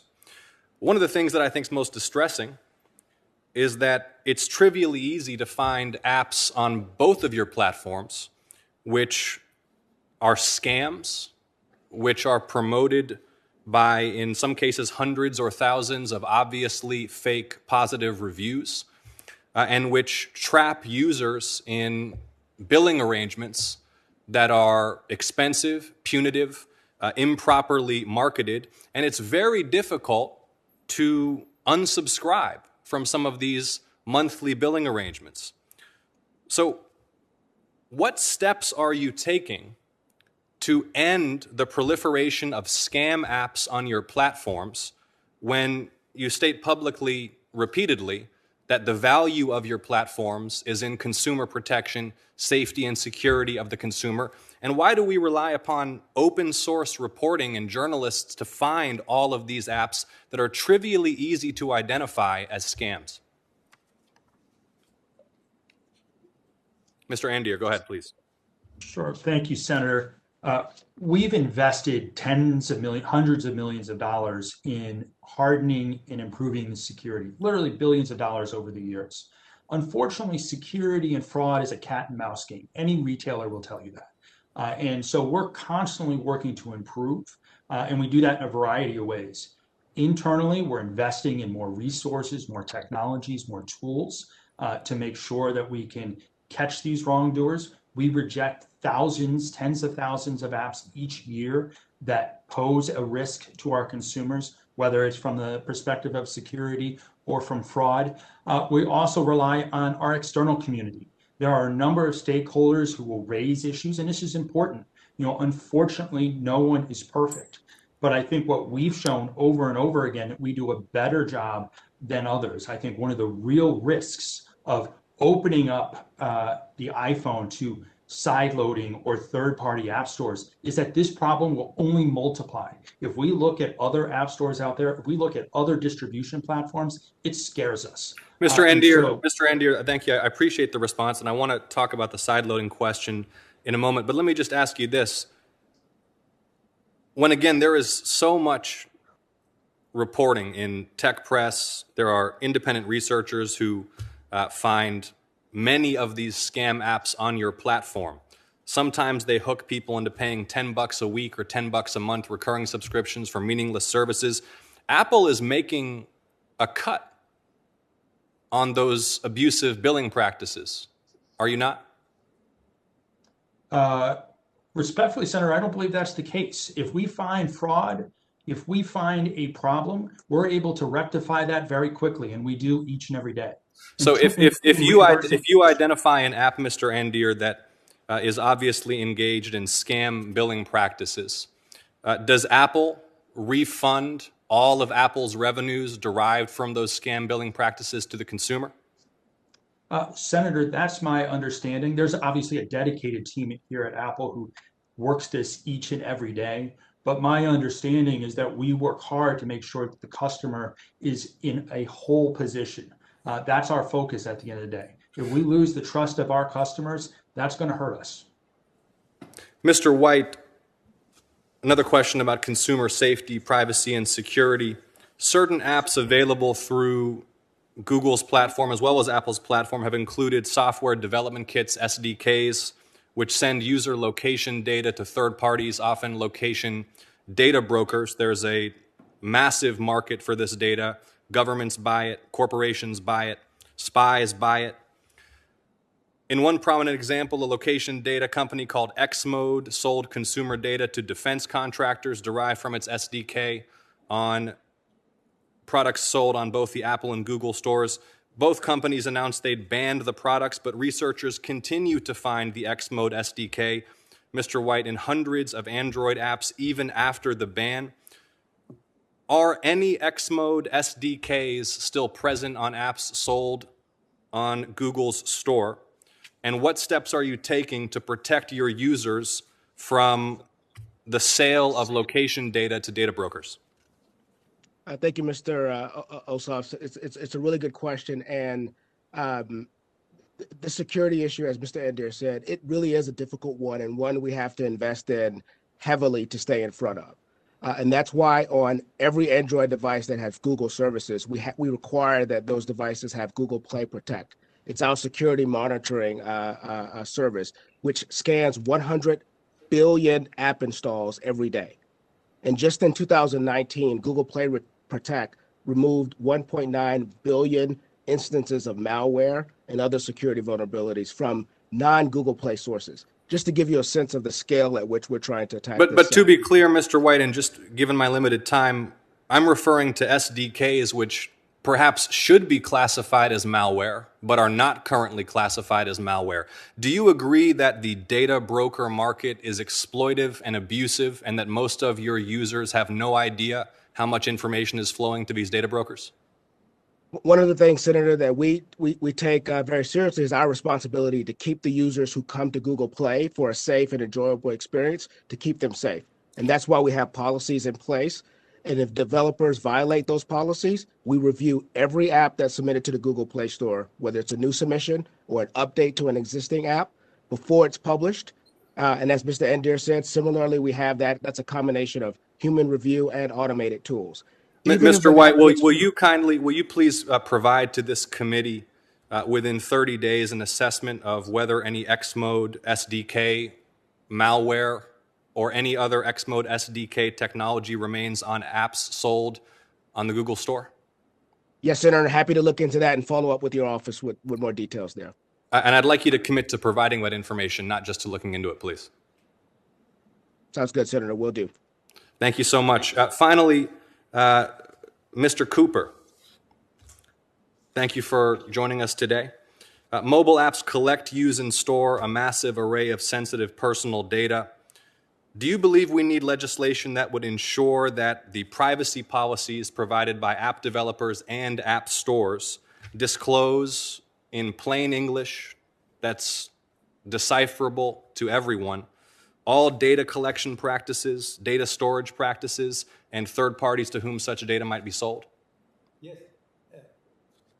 That was in fact the thrust of the second half of my recommendations, because the demand side, it turns out, is as important as the supply side. And if you liberate these folks, they won't get any place if the consumer doesn't have sovereignty. So the idea of open, fair, actionable information provided to consumers, true consumer choice, is absolutely critical. The interesting thing here is that this is one area in particular, there may be others, where it may not be the antitrust authorities who you want to do that, because it's not the kind of thing they do. They don't engage in behavioral regulation. They actually avoid it as best they can. So this is one area where you really need standalone legislation, and we need to have a good conversation about who the regulator should be. We may not have any in our society. We may have to create a new office. We can look around. But there's no doubt that if you don't fix the demand side and the flow of information and give consumers back their sovereignty, which they have lost to these platforms, you will not get very far towards promoting competition. Thank you, Dr. Cooper. Thank you, Madam Chair. Okay, thank you very much, Senator Ossoff. Good job. Before I turn to Senator Blackburn, just some submissions for the record from John Bergmeyer, Charlotte Slayman, and Alex Petros at Public Knowledge, from Morgan Reed at the App Association, from Bruce Gustafson and Sarah Richard at Developers Alliance, from Megan DeMuzio at the Coalition for App Fairness, from Tech Freedom, from Arthur Sidney of the Computer and Communications. We must have a good hearing, Senator Lee. From Arthur Sidney of the Computer and Communications Industry Association, and from Professor Michael Jacobidis of the London School of Business. I seek unanimous consent to enter these submissions into the record without objection. Senator Blackburn. Thank you, Madam Chairman. And yes, indeed, it is a good hearing. And I think that the witnesses see this is an area where there is a good bit of agreement. And picking up where Senator Ossoff left off, you know, there is frustration with some of the big tech providers when it comes to the issue of privacy and security. And Dr. Cooper, I appreciate your remarks. One of the questions we ask is, who owns the virtual you? Who owns the virtual you, which is you and your presence online? And to Mr. White from Google, we are fully aware that you collect this information and then you monetize this information. And so the question is, why should we trust that Google will not use this information to further entrench this data monopoly that they have going? So, Mr. White, why should we trust Google to not monetize this information and to benefit from it? And will Google commit? Since you didn't want to answer Senator Ossoff's question, I'll pose it to you a different way. Will Google commit? Will you commit in writing that you are not going to use any of this consumer data information to inform your other business lines and to not collect or store any information other than that is necessary to facilitate the transaction that is taking place on your system? So, Mr. White, will you commit to that you're not going to capture and hold and utilize and monetize this information, that you're going to let consumers own their presence online? Are you ready to make that commitment to us? Thank you, Senator Blackburn, for the question. To your point around why should consumers trust us, that is the core thrust of our business model. We're an information company. Mr. White, that is really not the question. I'm asking for your commitment. You ready to give it? And Senator, what we do is we try to provide users with transparency, security, and control. We give them access to the data that's being collected, and we give them the controls that they can decide. You're skirting the question, so I'll reclaim my time. Let me go over to Apple. Apple seems to have two operating standards. There's one for doing business in America. There's a second standard for appeasing the communist Chinese. Apple kicked Fortnite, and I'm aware of Fortnite. I have two grandsons that are 11 and 12, and I've watched them play Fortnite. Well, Apple decided to kick Fortnite out of the App Store over a fees dispute, but it lets TikTok stay on despite violating privacy rules. And Apple will pull Hong Kong pro-democracy apps from its store when the Communist Party demands that it pull it, but then it will not cooperate with the FBI to catch terrorists in America. And Madam Chairman, there's an excellent article on Apple's willingness to bend the knee to China in the New York Post. It is called, "Is Your iPhone Worth China's Tyranny?" And I would ask your permission to insert that into the record. Without objection, it's on the record. Thank you. There's the Tim Cook-run Apple, which turns a blind eye to communist China's human rights abuses in Tibet and Xinjiang. Then there's the Apple of Hong Kong, run by Jimmy Lai, who is willing to go to jail for a publication that fights for democracy. And it is sad to see the Apple of the West speak up against injustice in America, yet stay silent when it comes to China's atrocities and the genocide they are carrying out against the Uyghur. So this month, Apple is finally rolling out new privacy policies that claim to empower users and stop unwanted location tracking. And I'm concerned that Apple's privacy by design, as it's called, cannot coexist with turning a blind eye toward Beijing's behaviors. Last year, Forbes reported that Apple caught TikTok spying on users using the clipboard feature. Even now, TikTok is plotting ways to get around Apple's new privacy policies. Yet TikTok remains available to download in the App Store, putting iPhone users' privacy at risk. If Apple is imposing 30% for safety and security, does that mean Apple is also responsible for all costs related to breaches of safety and security on iPhones? Waiting for an answer. Thank you, Senator. We take privacy incredibly seriously here at Apple. We've embedded technologies and features over the last 25 years to ensure that all of our products respect your security and respect your privacy. That guides our own products. That also is increasingly guiding our third-party developers and partners to make sure that your information, understand who has access to it, and you have control over it. That's true here in the United States, in China, and around the world. Okay, so, all right, but still you are charging 30% for safety and security. So when breaches occur, which is my question, are you responsible for all costs related to breaches of safety and security? I was not asking if you took it seriously. I was asking for your actions. So you assume all of those costs? And then let me continue. Let me ask you this. Are you telling Congress and the world writ large that you are charging this massive sum because this work is very difficult and that you do it well, that you have extraordinary security measures? And if that's the case, why should you get all the money but not take any of the responsibility for the breaches of safety and security on iPhones and iPads? Senator, we've thrown open the gates of the iPhone to third-party development. And from the very beginning, we've had a model to support that in terms of charging a commission for digital goods and services that supports all of the technology, resources, and other things that we pour into our developer program and to build the App Store. Part of that is security and privacy, absolutely. And it's something we'll continue to invest in and continue to work on. We now have a marketplace in which we have 1.7 million apps. 84% of them pay nothing. We are working tirelessly to create the best possible experience for both our customers and developers. Okay, I am running out of time, but thank you for the answer.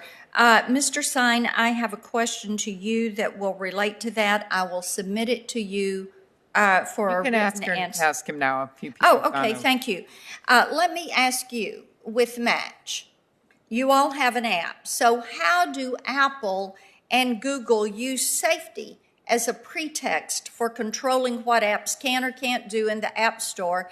And how do you see them selectively applying standards to disfavored apps? Because I can't get a straight answer from either of them. And I've been listening to the hearing in my office, and I have heard a lot of hot air and generalities and not a lot of specifics. Yes, Senator. The reality for us is we don't see a lot in terms of safety that they're talking about that they provide to us. Again, as we mentioned, they don't even do the basic, which you would think is limiting underage users from downloading our apps when they know that those users are underage. We've actually seen them, as I mentioned, in Taiwan, block our app because we wanted to do ID verification. They've blocked other versions of our app because we wanted to do multi-factor authentication, telling us that it was inappropriate for us to mandate 2 forms of identification in order to make sure that someone could access our app because we wanted to make sure it was the right person.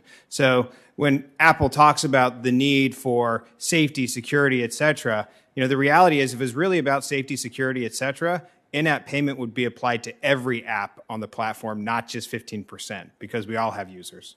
Thank you for the clarification. Mr. Gutierrez, I will come to you for a question written. I spoke to the House of Lords in the UK yesterday on a couple of things, so I'll just send those to you in writing. And Madam Chairman, you were generous with the time. I think this shows exactly why we need to move forward with privacy, data security, antitrust, and Section 230 reforms in order to provide protection for consumers in the virtual space. Excellent. Thank you very much, Senator Blackburn. Senator Lee. Thank you, Madam Chair. When Senator Blackburn referred to the House of Lords a minute ago, I flinched a little bit because usually that's used as a denigrating reference to the Senate, but glad to know you were talking about the actual House of Lords. Mr. Gutierrez, let's start with you in this round. A recent filing in the Epic versus Apple case contains some quotes, some quoted discussions with Philip Shoemaker, Apple's director of App Store Review from 2009 until 2016.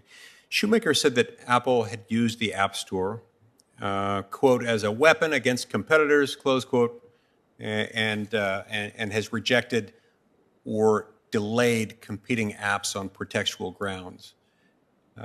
He further explained that although in theory an iOS developer that's unhappy with Apple could simply leave the iOS platform and perhaps write only for Android and compete only in that space.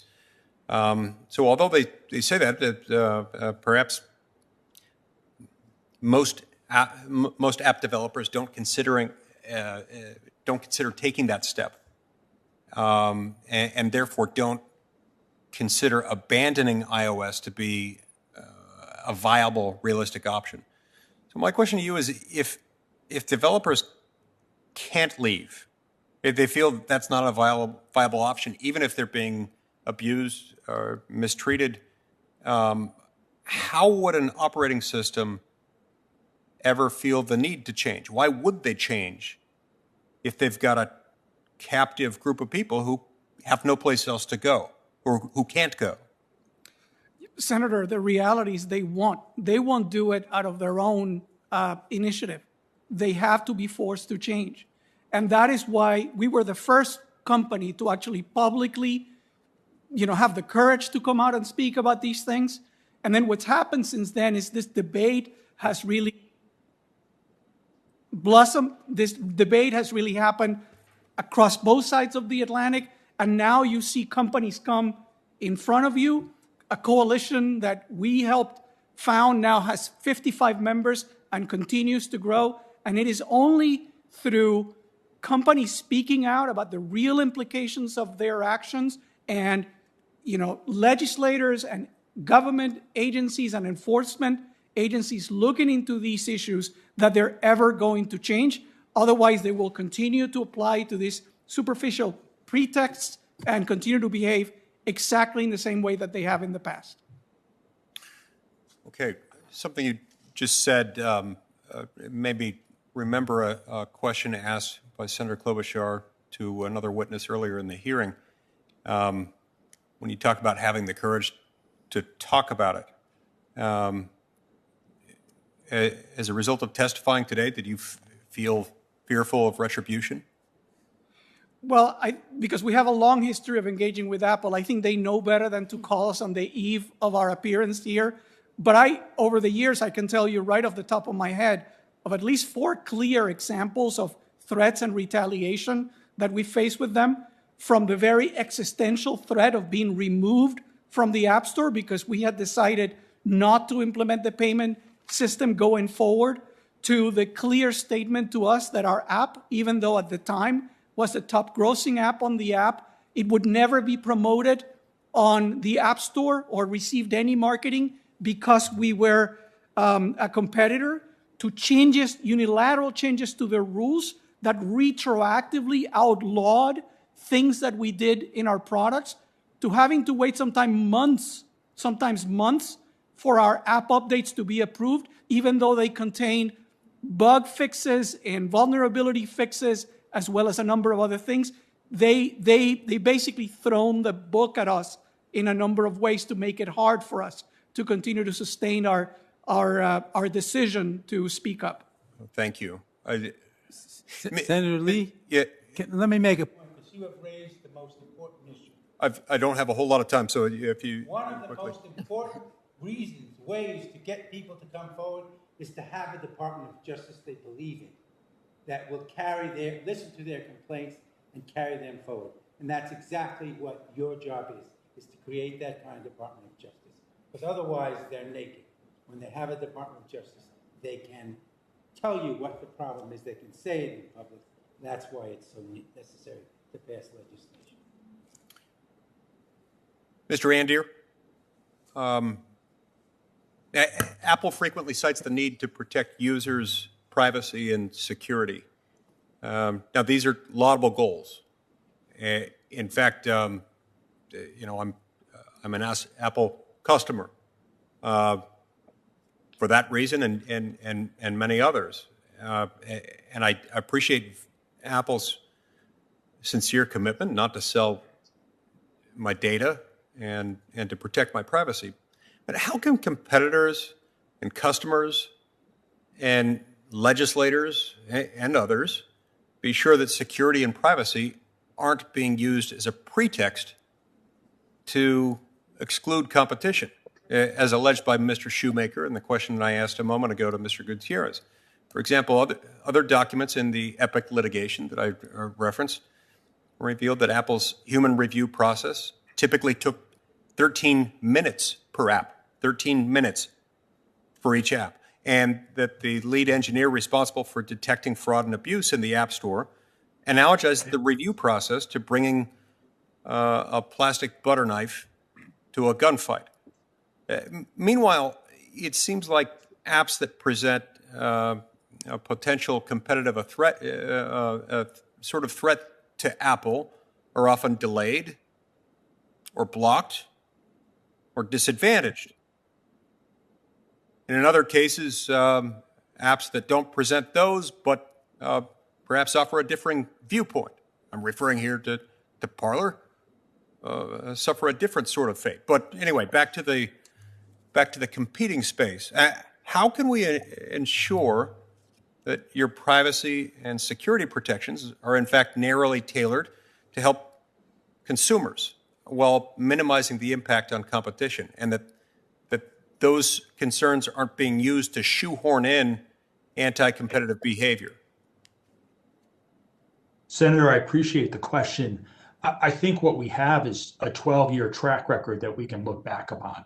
And so what we have done consistently, year after year, day after day, is think about how we can harden and secure our devices to make them the most secure in the marketplace, as study after study has found, and introduce new features to give you the power and the information you need to make to decide whether you're going to share your information or not with a particular developer. Now, in terms of what that track record also shows is over that 12 years, the App Store and everything that we've made available to developers has unlocked a tremendous amount of competition. So if you look at our apps, and there's just a handful of them, they're a drop in the bucket of this ocean of 1.7 million apps. And in each and every category, you're going to see an alternative like Spotify or someone else who is doing better than our service. There's no advantage seen in the market. From my perspective, and I've been practicing this area for 20 years, I always look to the market for answers. And so I look to see what is happening. And when we see what's happening, we see that competitors are not just doing well on iPhone, they're thriving. Now, wait a minute. Is that what you were doing when you got publishers to fix the prices of ebooks? Is that the track record you're referring to, sir? Senator, no, I am not. That is a different business in terms of selling ebooks. It's a different business, yeah, but it was anti-competitive. And you're asking us to take your word for it here. And we've got witnesses here telling us that they're scared, that they're intimidated. What's your response to that? Senator, I would again look at our 12-year track record. So if you look at Spotify, they've been downloaded from the App Store nearly 500 million times. We have processed dozens, hundreds of updates for them over the years. They built the market-leading position in digital music streaming. If you look at Tinder and all the other brands it's acquired over the years, they have been downloaded hundreds of millions of times, and we processed thousands of updates. And so if you judge us by our track record, you'll see that we've not just not engaged in this kind of bad activity. We've been supporting these businesses, and we're going to continue to going forward. There's no evidence of retaliation. When you got publishers to fix the prices of ebooks, was that not part of your App Store business? Senator, no, it was. No, it was not. It was part of our iBooks business, our iBook store. And again, in that case, we were judged by the evidence. We may disagree with the outcomes, but we were judged by the evidence. All I'm saying is you can look at the evidence of the App Store of the last 12 years and see that it has created this incredible economic opportunity. It's still a store. It's still a store on iOS devices. Yes, it is, Senator. And it's been a store for nearly 12 years with the same basic business model. And all we've done time and time again is reduce prices and introduce flexibility for developers to create their amazing applications for our customers. Madam Chair, I see I'm dangerously over time. I apologize. That's okay. Do you have any more? It's fine. Okay, very good. All right, I have a few more questions here, and then we'll finish up. So, Mr. Andir, you've argued in the past, in testimony before the Arizona House of Representatives, and in your written testimony, that the 30% commission is not just a payment processing fee, but it also reflects, as many of the other senators discussed with you, the secure app environment created by Apple and the fact that the App Store is like a studio for developers, providing developer applications and APIs to help them build apps. So, first of all, I guess my question is similar to what you've heard before. If that was the case, it seems like all developers benefit from the secure Apple environment, and that all developers who roll in the Apple Developer Program for $99 get access to App Store developer tools. What benefits, in addition to payment processing, do the developers who must pay the in-app purchase commission get? It sounds like all they get is payment processing is an inflated price. I'm just trying to figure out the difference. And you've had a discussion, of course, with Senator Lee about the difference between dating and getting a ride, which was fascinating, one I will never forget. You've had a discussion with Senator Hawley about, why don't you just have this security fee charged, or there's just no way this can cost 30% of what they bring in, the security piece of it. So my question is, again, what benefits, in addition to payment processing, do the developers who must pay the in-app purchase commission get? Sure, Senator, and I appreciate the question. The model that we introduced along with opening up the iPhone to third-party development 12 years ago was simple. We said, hey, if you're going to sell a digital good or service, you're going to be subject to the commission. That supports all of the investments and all of the things we've done in terms of continuing to open up the iPhone in additional features and technologies. We've gone from 10,000 APIs to 250,000. We have launched frameworks and resources and software to make it incredibly easy for a developer to build an app. We have built a store that's now in 175 different countries with unique storefronts. We have an editorial team that features different applications and different developers. And so there's an incredible amount of investment that we make into the App Store and the technology platform that supports the store. And we recuperate that and we drive that from the commission structure. And we think that's been a fair deal, and it's proven out over the last 12 years in the form of, we've got 1.7 million apps. We've got incredible rich array of content available to our consumers. So we see this as a business that's been great for developers. But wouldn't it be better for consumers if these guys were able to tell them that they could get cheaper rates somewhere else? Senator, I absolutely agree, and they all do. Spotify. Spotify can say, "Hey, you can get a cheaper rate on our website." Can they say that on your app? So to be clear, Senator, Spotify can do that through one of its more than 8,000 partnerships. What it does in our app and what we say in our app, much like what Verizon would say to Apple, if we said, hey, we want to come into the Verizon store and put a sign up that says, go buy our iPhone down the street at the Apple store. They're not going to allow us to do that. No retailer is going to allow us to do that. The App Store there's a difference with fundamental premise. Okay, I think there's a difference. Maybe Mr. Gutierrez, you want to respond with that analogy. with where they are when they're depending on you for this app store? I do. And, this is highlighting a really important point. Apple takes the position that our users are their users, that they own the customer relationship. They're injecting themselves in the middle of the relationship, and they believe that they can control our communications with them, our offers to them, the promotions and benefits that we would give them. And that is the heart of the problem here, which is this is a model where basically a handful of global gatekeeper platforms can't claim that they own the user relationship of all the users of all the apps that are offered on the mobile platforms. That is the path that this approach is leading to, which is why it is so important that these issues are addressed. Yes. Dr. Cooper, I know you haven't gotten too many questions, but you didn't get a call last night not to testify. So, that's not what they said, too. They might not. They didn't say that to Match.com, but they questioned their earnings statement. What's even better, you didn't get a question like that, right? Okay, so I guess I want to know from your perspective as someone who advocates on consumers' behalf. So this issue that we were just talking about with Apple and with Spotify, which is really an issue for everyone that can't advertise that you can get cheaper rates for their consumers. How does that affect consumers? And how does the fee? Two separate things. The ban on telling them that they can get cheaper rates somewhere, and then the fee. Look, if these folks could compete on a level playing field, it would have a benefit that has been missed here. That would put tremendous competitive pressure on the platforms.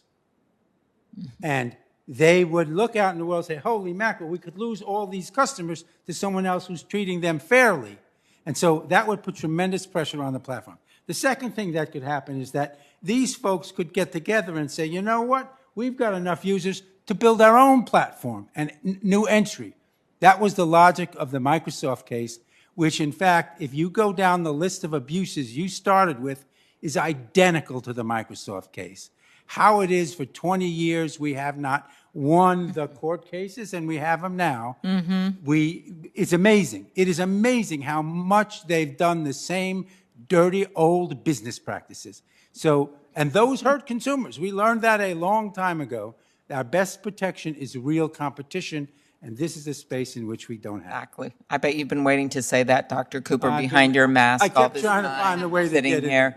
Okay, so the House Antitrust Subcommittee Digital Markets Report cited estimates that Apple makes between $15 and $18 billion a year on the App Store, Mr. Ander. But according to Philip Shoemaker, Apple's former director of app review for the App Store, it costs less than $100 million a year to run the App Store. That sounds like an incredibly profitable business. And frankly, as was noted by several of my colleagues, those look like monopoly profits. How does Apple justify the 30% commission fee rate when the cost of running the App Store is so much lower than the revenues the company generates from the App Store? Senator, I appreciate the question. As I've mentioned, Apple's invested significant sums in technologies, resources, tools to allow developers to build their apps, far in excess of this $100 million figure. Okay, so then what is the correct number? Senator, I don't have the exact figure. I know it's more than $100 billion that we've invested in iOS and iPhone. Do you know how much revenue it generated last year? I mean, it's relevant because we're talking here about a monopoly situation. Senator, understood. When we look at the App Store, it's not a separate standalone business for us. It's an integrated feature of our devices. And so we don't have a separate profit and loss statement for the App Store. What we do know is that the economic opportunity has been studied and assessed. And we know that developers are creating apps, whether it's mobile advertising or selling physical goods or digital goods and content, that's generated more than $500 billion. I think you mentioned this in your opening statement. So there's an incredible economic opportunity that's been created for developers. On a very small percentage of those sales, do we levy a commission. Okay, but so you have no numbers, which I'm sure exists. We'll try asking you in writing, but I have no choice but to go with the House numbers because There is no other number on the table, and that it's $100 million a year to run the App Store, and that you make $15 to $18 billion. So, Mr. White, how much does it cost Google to run the Play Store, and how much revenue did it generate in the last full year? Senator, I don't have those exact numbers, but happy to follow up with your team on that. What I can say, though, is with the Android ecosystem, the amount of competition and choice that has brought to the mobile landscape, how it's brought down the cost of mobile devices. As I said in my opening statement, you can get an Android phone now for less than $100. And in your opening comments, you talked about accessibility and why it's important for people to have access to mobile devices. And we think that's what Android has actually brought to this landscape. And almost 2 million American jobs that have been created by this ecosystem. Okay, and I believe, as I said very clearly at the beginning, that I don't challenge the success. I'm proud that we've developed these innovations in America, but you have to keep rejuvenating capitalism. You have to keep allowing new people to come up with new ideas. And I'm not going to go beyond this issue, but I think, well, maybe I will for 30 seconds. But I think when you look at some of these purchases of Facebook, of Instagram and WhatsApp and what's happened, and then you look at all the problems we've had in terms of privacy and other things, that you're literally stifling. This is not about you, of course, but in general, the tech companies are stifling some of the new developments we could see for privacy and other things by how this has all gone down. And then you have on top of that the issues for consumers. And I guess, do you think, Dr. Cooper, listening to those numbers I just read out, which are the only ones available to us, do you think that these companies are operating in a competitive market, Apple and Google? Actually, there are other numbers which are in one of the reports we will file with the committee. Okay. I looked at the learner index for these for these two companies, and it is way above the national average. Mm-hmm. They are overcharging consumers for their products and earning excess profits. And these two companies in particular. There are other digital companies that were much lower, and it turned out that they exist in marketplaces where they face much more competition. The absence of competition in that document, and I will call your staff's attention to it, is demonstrated to me that we are being overcharged and our prices could be lower. And you're not, none of the companies here before us are saying that this, in person here, are saying that this should be free, right? You're just questioning the amount of the charges. There should be a normal rate of profit on that line of business. Mm-hmm. And as you've heard and you suggested, there is not. And the only way they can keep that is if they exercise their market power and lock consumers out. Okay. Another related issue. Mr. Gutierrez, some developers have raised concerns about App Store operators preferencing their own apps in App Store's searches so that their apps show up at the top of the search results. I remember a long time ago this issue raised in a different context by Senator Lee. Do you share this concern? Yes, this is just another manifestation of the complete control that they have, and the fact that the decision on who gets promoted, who gets discoverable, is really completely manipulated to help Apple's own services. So this makes it really clear. We've heard Apple say a number of times about all the value that they brought to these apps, including some of the services that are represented here.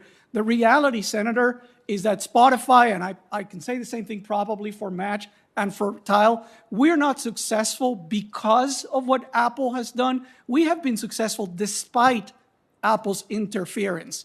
And we would have been much more successful but for their anti-competitive behavior. Okay. So, Mr. White, what are the factors Google uses to display app results when a consumer searches for something in the Play Store? Does it preference Google-owned apps in the Play Store? Has it ever done so? Absolutely not, Senator. I mean, we're an information company, and our core business model depends on users trusting us to provide accurate, unbiased information. And so we don't preference our first-party services over our third-party services in the Google Play Store. We want, when users come to the Play Store searching for their favorite apps or games, for them to find the most relevant information. Okay, Mr. Ander, I've seen news reports that Apple has a 42-factor algorithm for how it displays app results when a consumer searches for something. Is that correct? And which factors weigh most heavily in your algorithm? Does Apple preference Apple-owned apps in the App Store searches? Has it ever done so? Senator, I'm not intimately familiar with our search algorithm in the App Store, but I do know that we do not favor our own applications or services in the search functionality.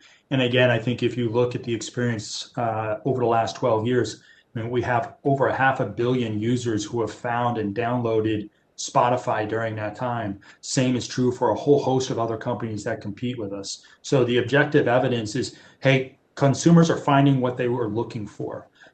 So no, we do not favor ourselves in search. Ms. Dowd, do those answers give you comfort? No, they do not. Why not?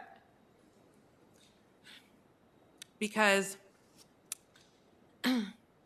we're hearing over and over things that aren't consistent with our experience. For instance, earlier today, Mr. Andier said that we couldn't talk about the MFI agreement because they were in negotiations with other developers regarding that agreement. But we were told that basically we could not negotiate that agreement, and that agreement we had to sign as is, and in fact that they're not going to give us any more information about this program unless we actually sign it. So it's things like that that make me question some of the statements. Mr. Ander, and I'll ask this of both of you, I guess, Mr. White, a number of app developers have complained about a lack of transparency regarding the application of Apple's and Google's respective App Store rules and policies. And they have expressed frustration about often not knowing why an app or an app update has been rejected. For each app or update that is rejected or removed from the App Store by Apple, Mr. Ander, will Apple commit to providing the developer of the app with a written explanation of why the app or update was removed or rejected in a timely manner, including citations to the applicable Apple rules or policies under which the decision was made? Will you do that? Senator, we do that today. We have guidelines, and we have for 12 years. We are in constant engagement and discussion with developers. As I mentioned, we get 100,000 submissions each week. We have to reject 40% of those, whether it's for performance, safety, security, or some other reason. In each and every instance, we try to communicate what the issues are, and we talk to thousands of developers each and every week. And Google answers on that? Yeah, thank you, Senator. Very good question. Very similarly, that's generally our practice today. I will say one caveat to that is if there is a serious security violation, we may remove that app more quickly just to make sure we're protecting our users and their devices. As I said, the Google Play Protect monitoring program scans 100 billion apps every day, right? And so if there is a major security violation, we will take that app off of the Play Store very quickly and then communicate with the developer on what the violation may have been. Okay. And Senator, whenever we do take enforcement actions like that, we do give our developer partners avenues for redress. They can appeal those decisions, and they can have those decisions reviewed again. And so we make sure that our developers are in constant communication on how they can be in compliance with those publicly stated policies. Anything on this? Want to respond, Mr. Gutierrez? Senator, our experience may illustrate a little bit of how this application of these rules actually happen in practice. It happened to us multiple times when we decided to take IAP down after Apple launched a competing service at a price below ours. We complied with the rules as they existed at the time, which basically said we couldn't have a buy button or a link to a payment mechanism. So we decided, okay, we'll take that. It won't be part of that. Apple then came back and they said, it isn't just that we couldn't have a buy button in our app. if we didn't have IAP. We couldn't even email our users to tell them about a way to upgrade. We couldn't mention in the app that they could get a premium app. We couldn't tell them that they were discounts or promotional plans that they could sign on. And then what happened is the month after we did that, after they had engaged in this extensive, expansive interpretation that wasn't supported by the rules, they changed the rules to retroactively support the interpretation that they had started applying in our case. That is what total control of their ecosystem means in the case of Apple. Okay, Mr. Sine. And then I have one more question to you, Mr. Sine, then I'm almost done. Our experience has been similar to Mr. Gutierrez. I mean, we've had situations, and it's not really that they don't tell you which rule you violated. They don't tell you how you violated that rule or how to fix it. And that's the problem. We had an app, one of our Tinder builds, that actually had a very important safety feature for our LGBTQ plus community, where it would actually inform users when they were in a country where they might be at risk for exposing their gender identity or otherwise. That sat in the App Store review process for 2 months because Apple had said that we were violating a new policy, or they said the spirit of the policy, and couldn't tell us expressly how we needed to solve it in order to get that launched. We had to go all the way up to talking to the chief executives through our chief executive at IAC at the time in order to actually get that app unblocked 2 months later. Well, okay, so, just to kind of pull this out from the trees to the forest here. So, and I think, Mr. Sine, I'll do this with you here. So I think one of the things that people think, they hear all this, and they think, well, why don't you just sell it on your website then? Why do you need these guys? If they're doing this to you, why can't you just go and compete on the web on your own? Could you answer that? Yeah, like I said at the beginning of my testimony, they have essentially taken the internet and moved it into the app stores. And so they've set up their gateways, they've set up their toll booths. You got to pay the toll if you're a digital good and service. They give everybody else access onto the freeway. And what we're saying is, why isn't the freeway the same for everyone? And why isn't everybody paying the same thing as they're traveling down the freeway? And we've never gotten a good answer to that, Senator. And so to me, when I hear all this, I think, okay, our laws are exactly the same that they were, basically. Our competitive policy laws, our antitrust laws, even our privacy laws on the federal basis are the same from back whenever it was, and whoever did it. We're not going to get into that. The internet started.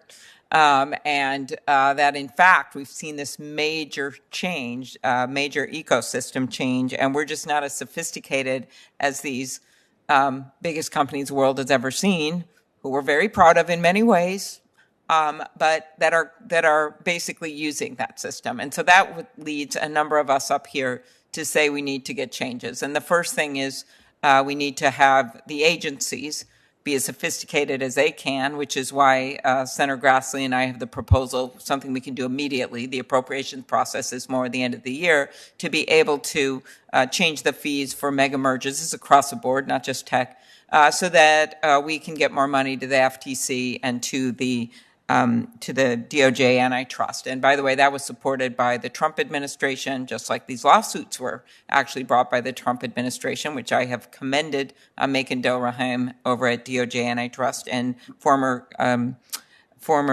chair of the FTC, Simon, for doing, and are now being continued by the Democratic administration, which is how some of these sexual suits, as you know, Dr. Cooper, have gone in the past. They've bridged administrations.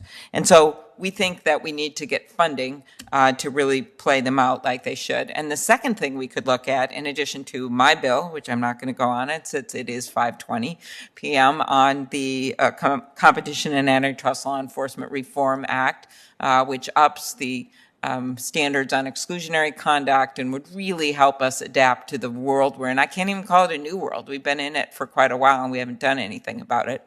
But the other thing we could do, I know state lawmakers in Arizona, Massachusetts, North Dakota, which isn't exactly a, radical state. I was just over there with Senator Hoeven and the Republican governor on a water project. But, they're looking at this. My home state of Minnesota are looking at legislation on a state-by-state basis to regulate app stores. And some of you have been involved in these conversations. In your opinion, should we consider legislation on the federal basis to regulate app stores, and why? I 100% agree that that would be the right course of action. The reality is, as I said in my opening statement, this mandatory in-app payment structure, the way they have this set up, that is the lifeblood of their monopoly. It is their lifeblood to get the data from the users. It is their lifeblood to fund all these excess profits they're getting. It is their lifeblood to be able to identify what competing apps are and who their users are, how much they pay, when they pay, everything. And if you cut that off, and the reason they're fighting so hard to defend it, the reason they went in and hired every lobbyist in the state of Arizona to defeat it. Probably not everyone. Everyone but the one we hired. Okay. The reality is they are fighting so hard because it is core to the maintenance of their monopoly. Okay. Anyone else want to take that? Senator, I would just add that in addition to the appropriations process that you mentioned, and in addition to the bill, we actually, the broad bill that you have proposed, we actually think it is important to pair that with more specific legislation on App Store issues. The way that some of the states are taking this legislation, we think this is an action that's important for federal preemption. These markets are not only national, they're global. These decisions that are made in Cupertino are decisions that affect our business in Indonesia and all over the world. So this is a space in which specific legislation on the App Store issues would be very welcome and very beneficial. Dr. Cooper? Senator, as soon as you get a bunch of states considering this legislation, these guys will come running to you and say, you got to give me federal legislation. And I've experienced this before in other contexts, yes. But yes, they'll want it, and they figure they have a better chance to negotiate with you than the individual state. You mean this subcommittee? I don't know about that. Well, this is the place, remarkable bipartisan, this is the place to fix the key things about the antitrust. No. I know, and this is the place where we should fix them. Yeah. Okay, Ms. Daru? I just wanted to reiterate what Mr. Gutierrez said about having a specific App Store bill, just because the mobile phones are the gateway to so many aspects of our lives: banking, news, dating, music, health, fitness, and clearly there are abuses that have been exposed today and in the House report that need to be addressed. And we're concerned that if we wait for sweeping legislation or legislation that may need to be hold out in the courts over several years to understand what the impact is to the mobile ecosystem, we could have more irreparable damage done to competition and innovation in America.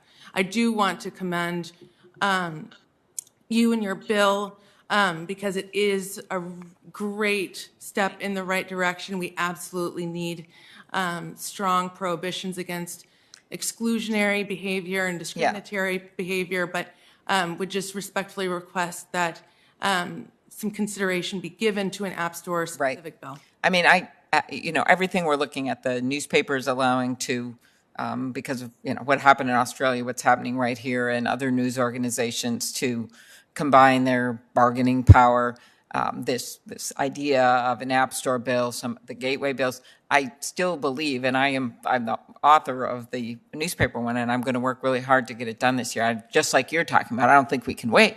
But the best thing would be to admit that we have a huge monopoly problem here across the board, and to just put in some stiffer rules and standards. And there is a number of Republicans right now, as I speak, that are with me on this, to, even though they're not on my bill yet, but on pieces of that bill, to be able to make it easier to bring these cases. And that way, then some of this behavior stops, even if they're never brought in a case, because people know that it's a real thing. It's going to happen if they keep acting like that. And that's not just mergers going forward. It's also looking back at exclusionary conduct, as well as some of the other violations we've talked about. Senator Lee, do you want to close with anything? No. And thank you very much for holding this hearing. Thanks to each of you for being here. And been very informative. Right, exactly. And our two witnesses from Apple and Google, do you want to, I should give you an opportunity if you want to say anything about legislation and the like. Yes, Senator Klobuchar, and thank you. You're asking very important questions, particularly as it relates to funding of the enforcement agency. So we'll be happy to engage with you and other members of Congress as you work through these issues. But before I wrap this answer, I'd like to say that, like, each of the members on the panel here, the companies that are represented are important partners of ours, and they are raising issues.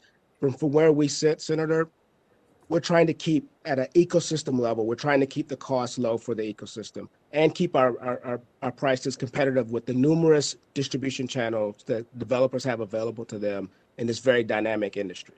But I do worry that may be difficult to do if, in an effort to satisfy a very small but vocal set of primarily large companies, we damage the very foundation that has allowed the Android open source ecosystem to work so well for a much larger set of small and medium-sized businesses.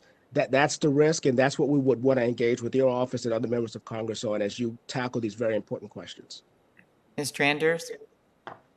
Senator, again, thank you for giving us the opportunity to participate today and share our perspective on this. When it comes to proposals, I spent a decade of my career in federal antitrust enforcement, both at the Federal Trade Commission and the Department of Justice. I have a deep respect for what their role is in their job each and every day, and an understanding of how difficult it is. So I'm certainly a supporter for doubling, tripling down in terms of resources for those men and women that carry out a really important role each and every day.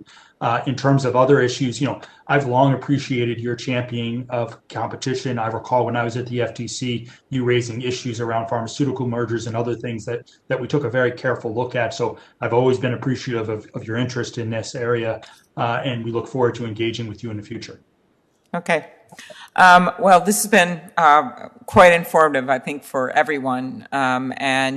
I think the facts that we've gathered here today are going to be useful for us for legislation, for the Justice Department. Just today or this week, we have the top 2 positions filled with a third one on the way. In the Justice Department, we have FTC commissioners being nominated, hearings. I was just at a hearing in Commerce for one of the nominees, and there's a lot happening and a lot of interest from the administration. And so, and I do want to just tick through this just from my perspective. We've got a situation where we've got the fees that are higher than I ever imagined. I was looking at furniture stores and I couldn't figure out why one major one wasn't on the App Store. That was about 3 weeks ago. And now I understand one, because they're just probably decided I'm not going to pay this high a fee, because I thought, did they do something wrong? Why can't I access this on my Apple? It's literally what I thought. I thought, oh, maybe they don't have one. Or maybe I do it this way. And I just think there's something pretty messed up about this, because as you said, it's kind of taken over the internet in that way. And the second point is this idea of, which we have to look further into, but self-preferencing and competing, having direct competition of their own products. And the third one is just this idea that consumers are literally there, that companies are being banned from telling consumers they can get a better deal. When they're on a monopoly, the only way they can be on and get to those consumers in a big way is through one of these 2 app stores, which are on different platforms. Obviously, people use those platforms for different reasons, but they each dominate those platforms. And so as I hear the arguments that I've heard today, point one, this argument that a lot of them pay nothing, and that's great. Well, that still doesn't inoculate a company from liability for anti-competitive conduct. We just have to remember that. And there's ways you could structure this, obviously. Regulators, my guess, are going to have to get involved. So you wouldn't be hurting all the small apps and the little apps out there, but you're just making this so that people are not hurt by monopoly conduct. Secondly, we need to protect. One of the arguments we get is a security argument, more so I think from Apple, lesser extent from Google, because it allows sideloading.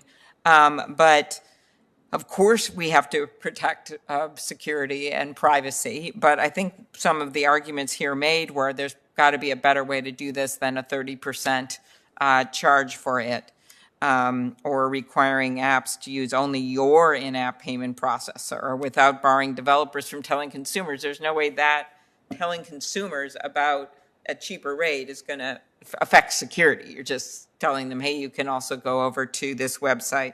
Third point made, that the App Store is built by them and they put incredible work into it, is true. So now they get to run it the way they want. Well, as been noted, those were the arguments made in the past. That's, I'm sure, what Standard Oil said. I wasn't there back then. I am sure that is what AT&T said for sure. They had a horizontal and a vertical monopoly. They put all this in. They produced all this great stuff. I know because I represented MCI shortly after that breakup, and as they were trying to get into local monopolies and to try to compete in that market. And I saw, despite this claim that the world was going to fall apart, in fact, the chairman of AT&T, after all this went down, said they were actually a stronger company because of it, because they were forced to compete. And we saw lower long-distance rates, and we also saw this incredible launch of a cell phone industry, which, when you go back to the beginning, was nothing but cell phones the size of Gordon Gekko's in the movie Wall Street at the very beginning. So I just don't think this "we built it, so trust us and we can run it" is going to work anymore. Because if you look at history as a guide, of course people build things and they do great things. They employ a bunch of people, and then at some point it becomes a monopoly, and then it becomes a problem, as Adam Smith warned, and then we're supposed to be doing something about it. Without necessarily, of course, not getting rid of these companies. We want these companies. It's just a question of how you ensure that everyone that works, that the companies that work in that are present in the capitalist system can do their bidding, so that we actually have a capitalist system. And so the point number 4, our app stores create jobs for many small entrepreneurs. We heard this. That's great. And those are great things. Fostering innovation in that way is important. But again, it's not an inoculation. And another way you really foster innovation is when you allow companies that get to a certain point where they actually can compete. We'll never know if Instagram could have competed against Facebook because they bought them, because they viewed them as disruptive, to use Mark Zuckerberg's own word. And so that's the same thing here. I don't think you can just say, well, just because someone is a little more in our line of business, online dating compared to car rides, well, that's different then. Or some music, or your products with Tile. I just think that there's not a coincidence that the three of you are before us today, because of the fact that that's getting into their business. And I just don't see this differentiation, as Senator Lee so well pointed out. So with that, I will keep the hearing open for 2 weeks. I just made that up. We'll keep the record open for 2 weeks, and we look forward to following up on all this. We thank all of our witnesses for being with us through a lengthy hearing, and we look forward to working with you. The hearing is adjourned.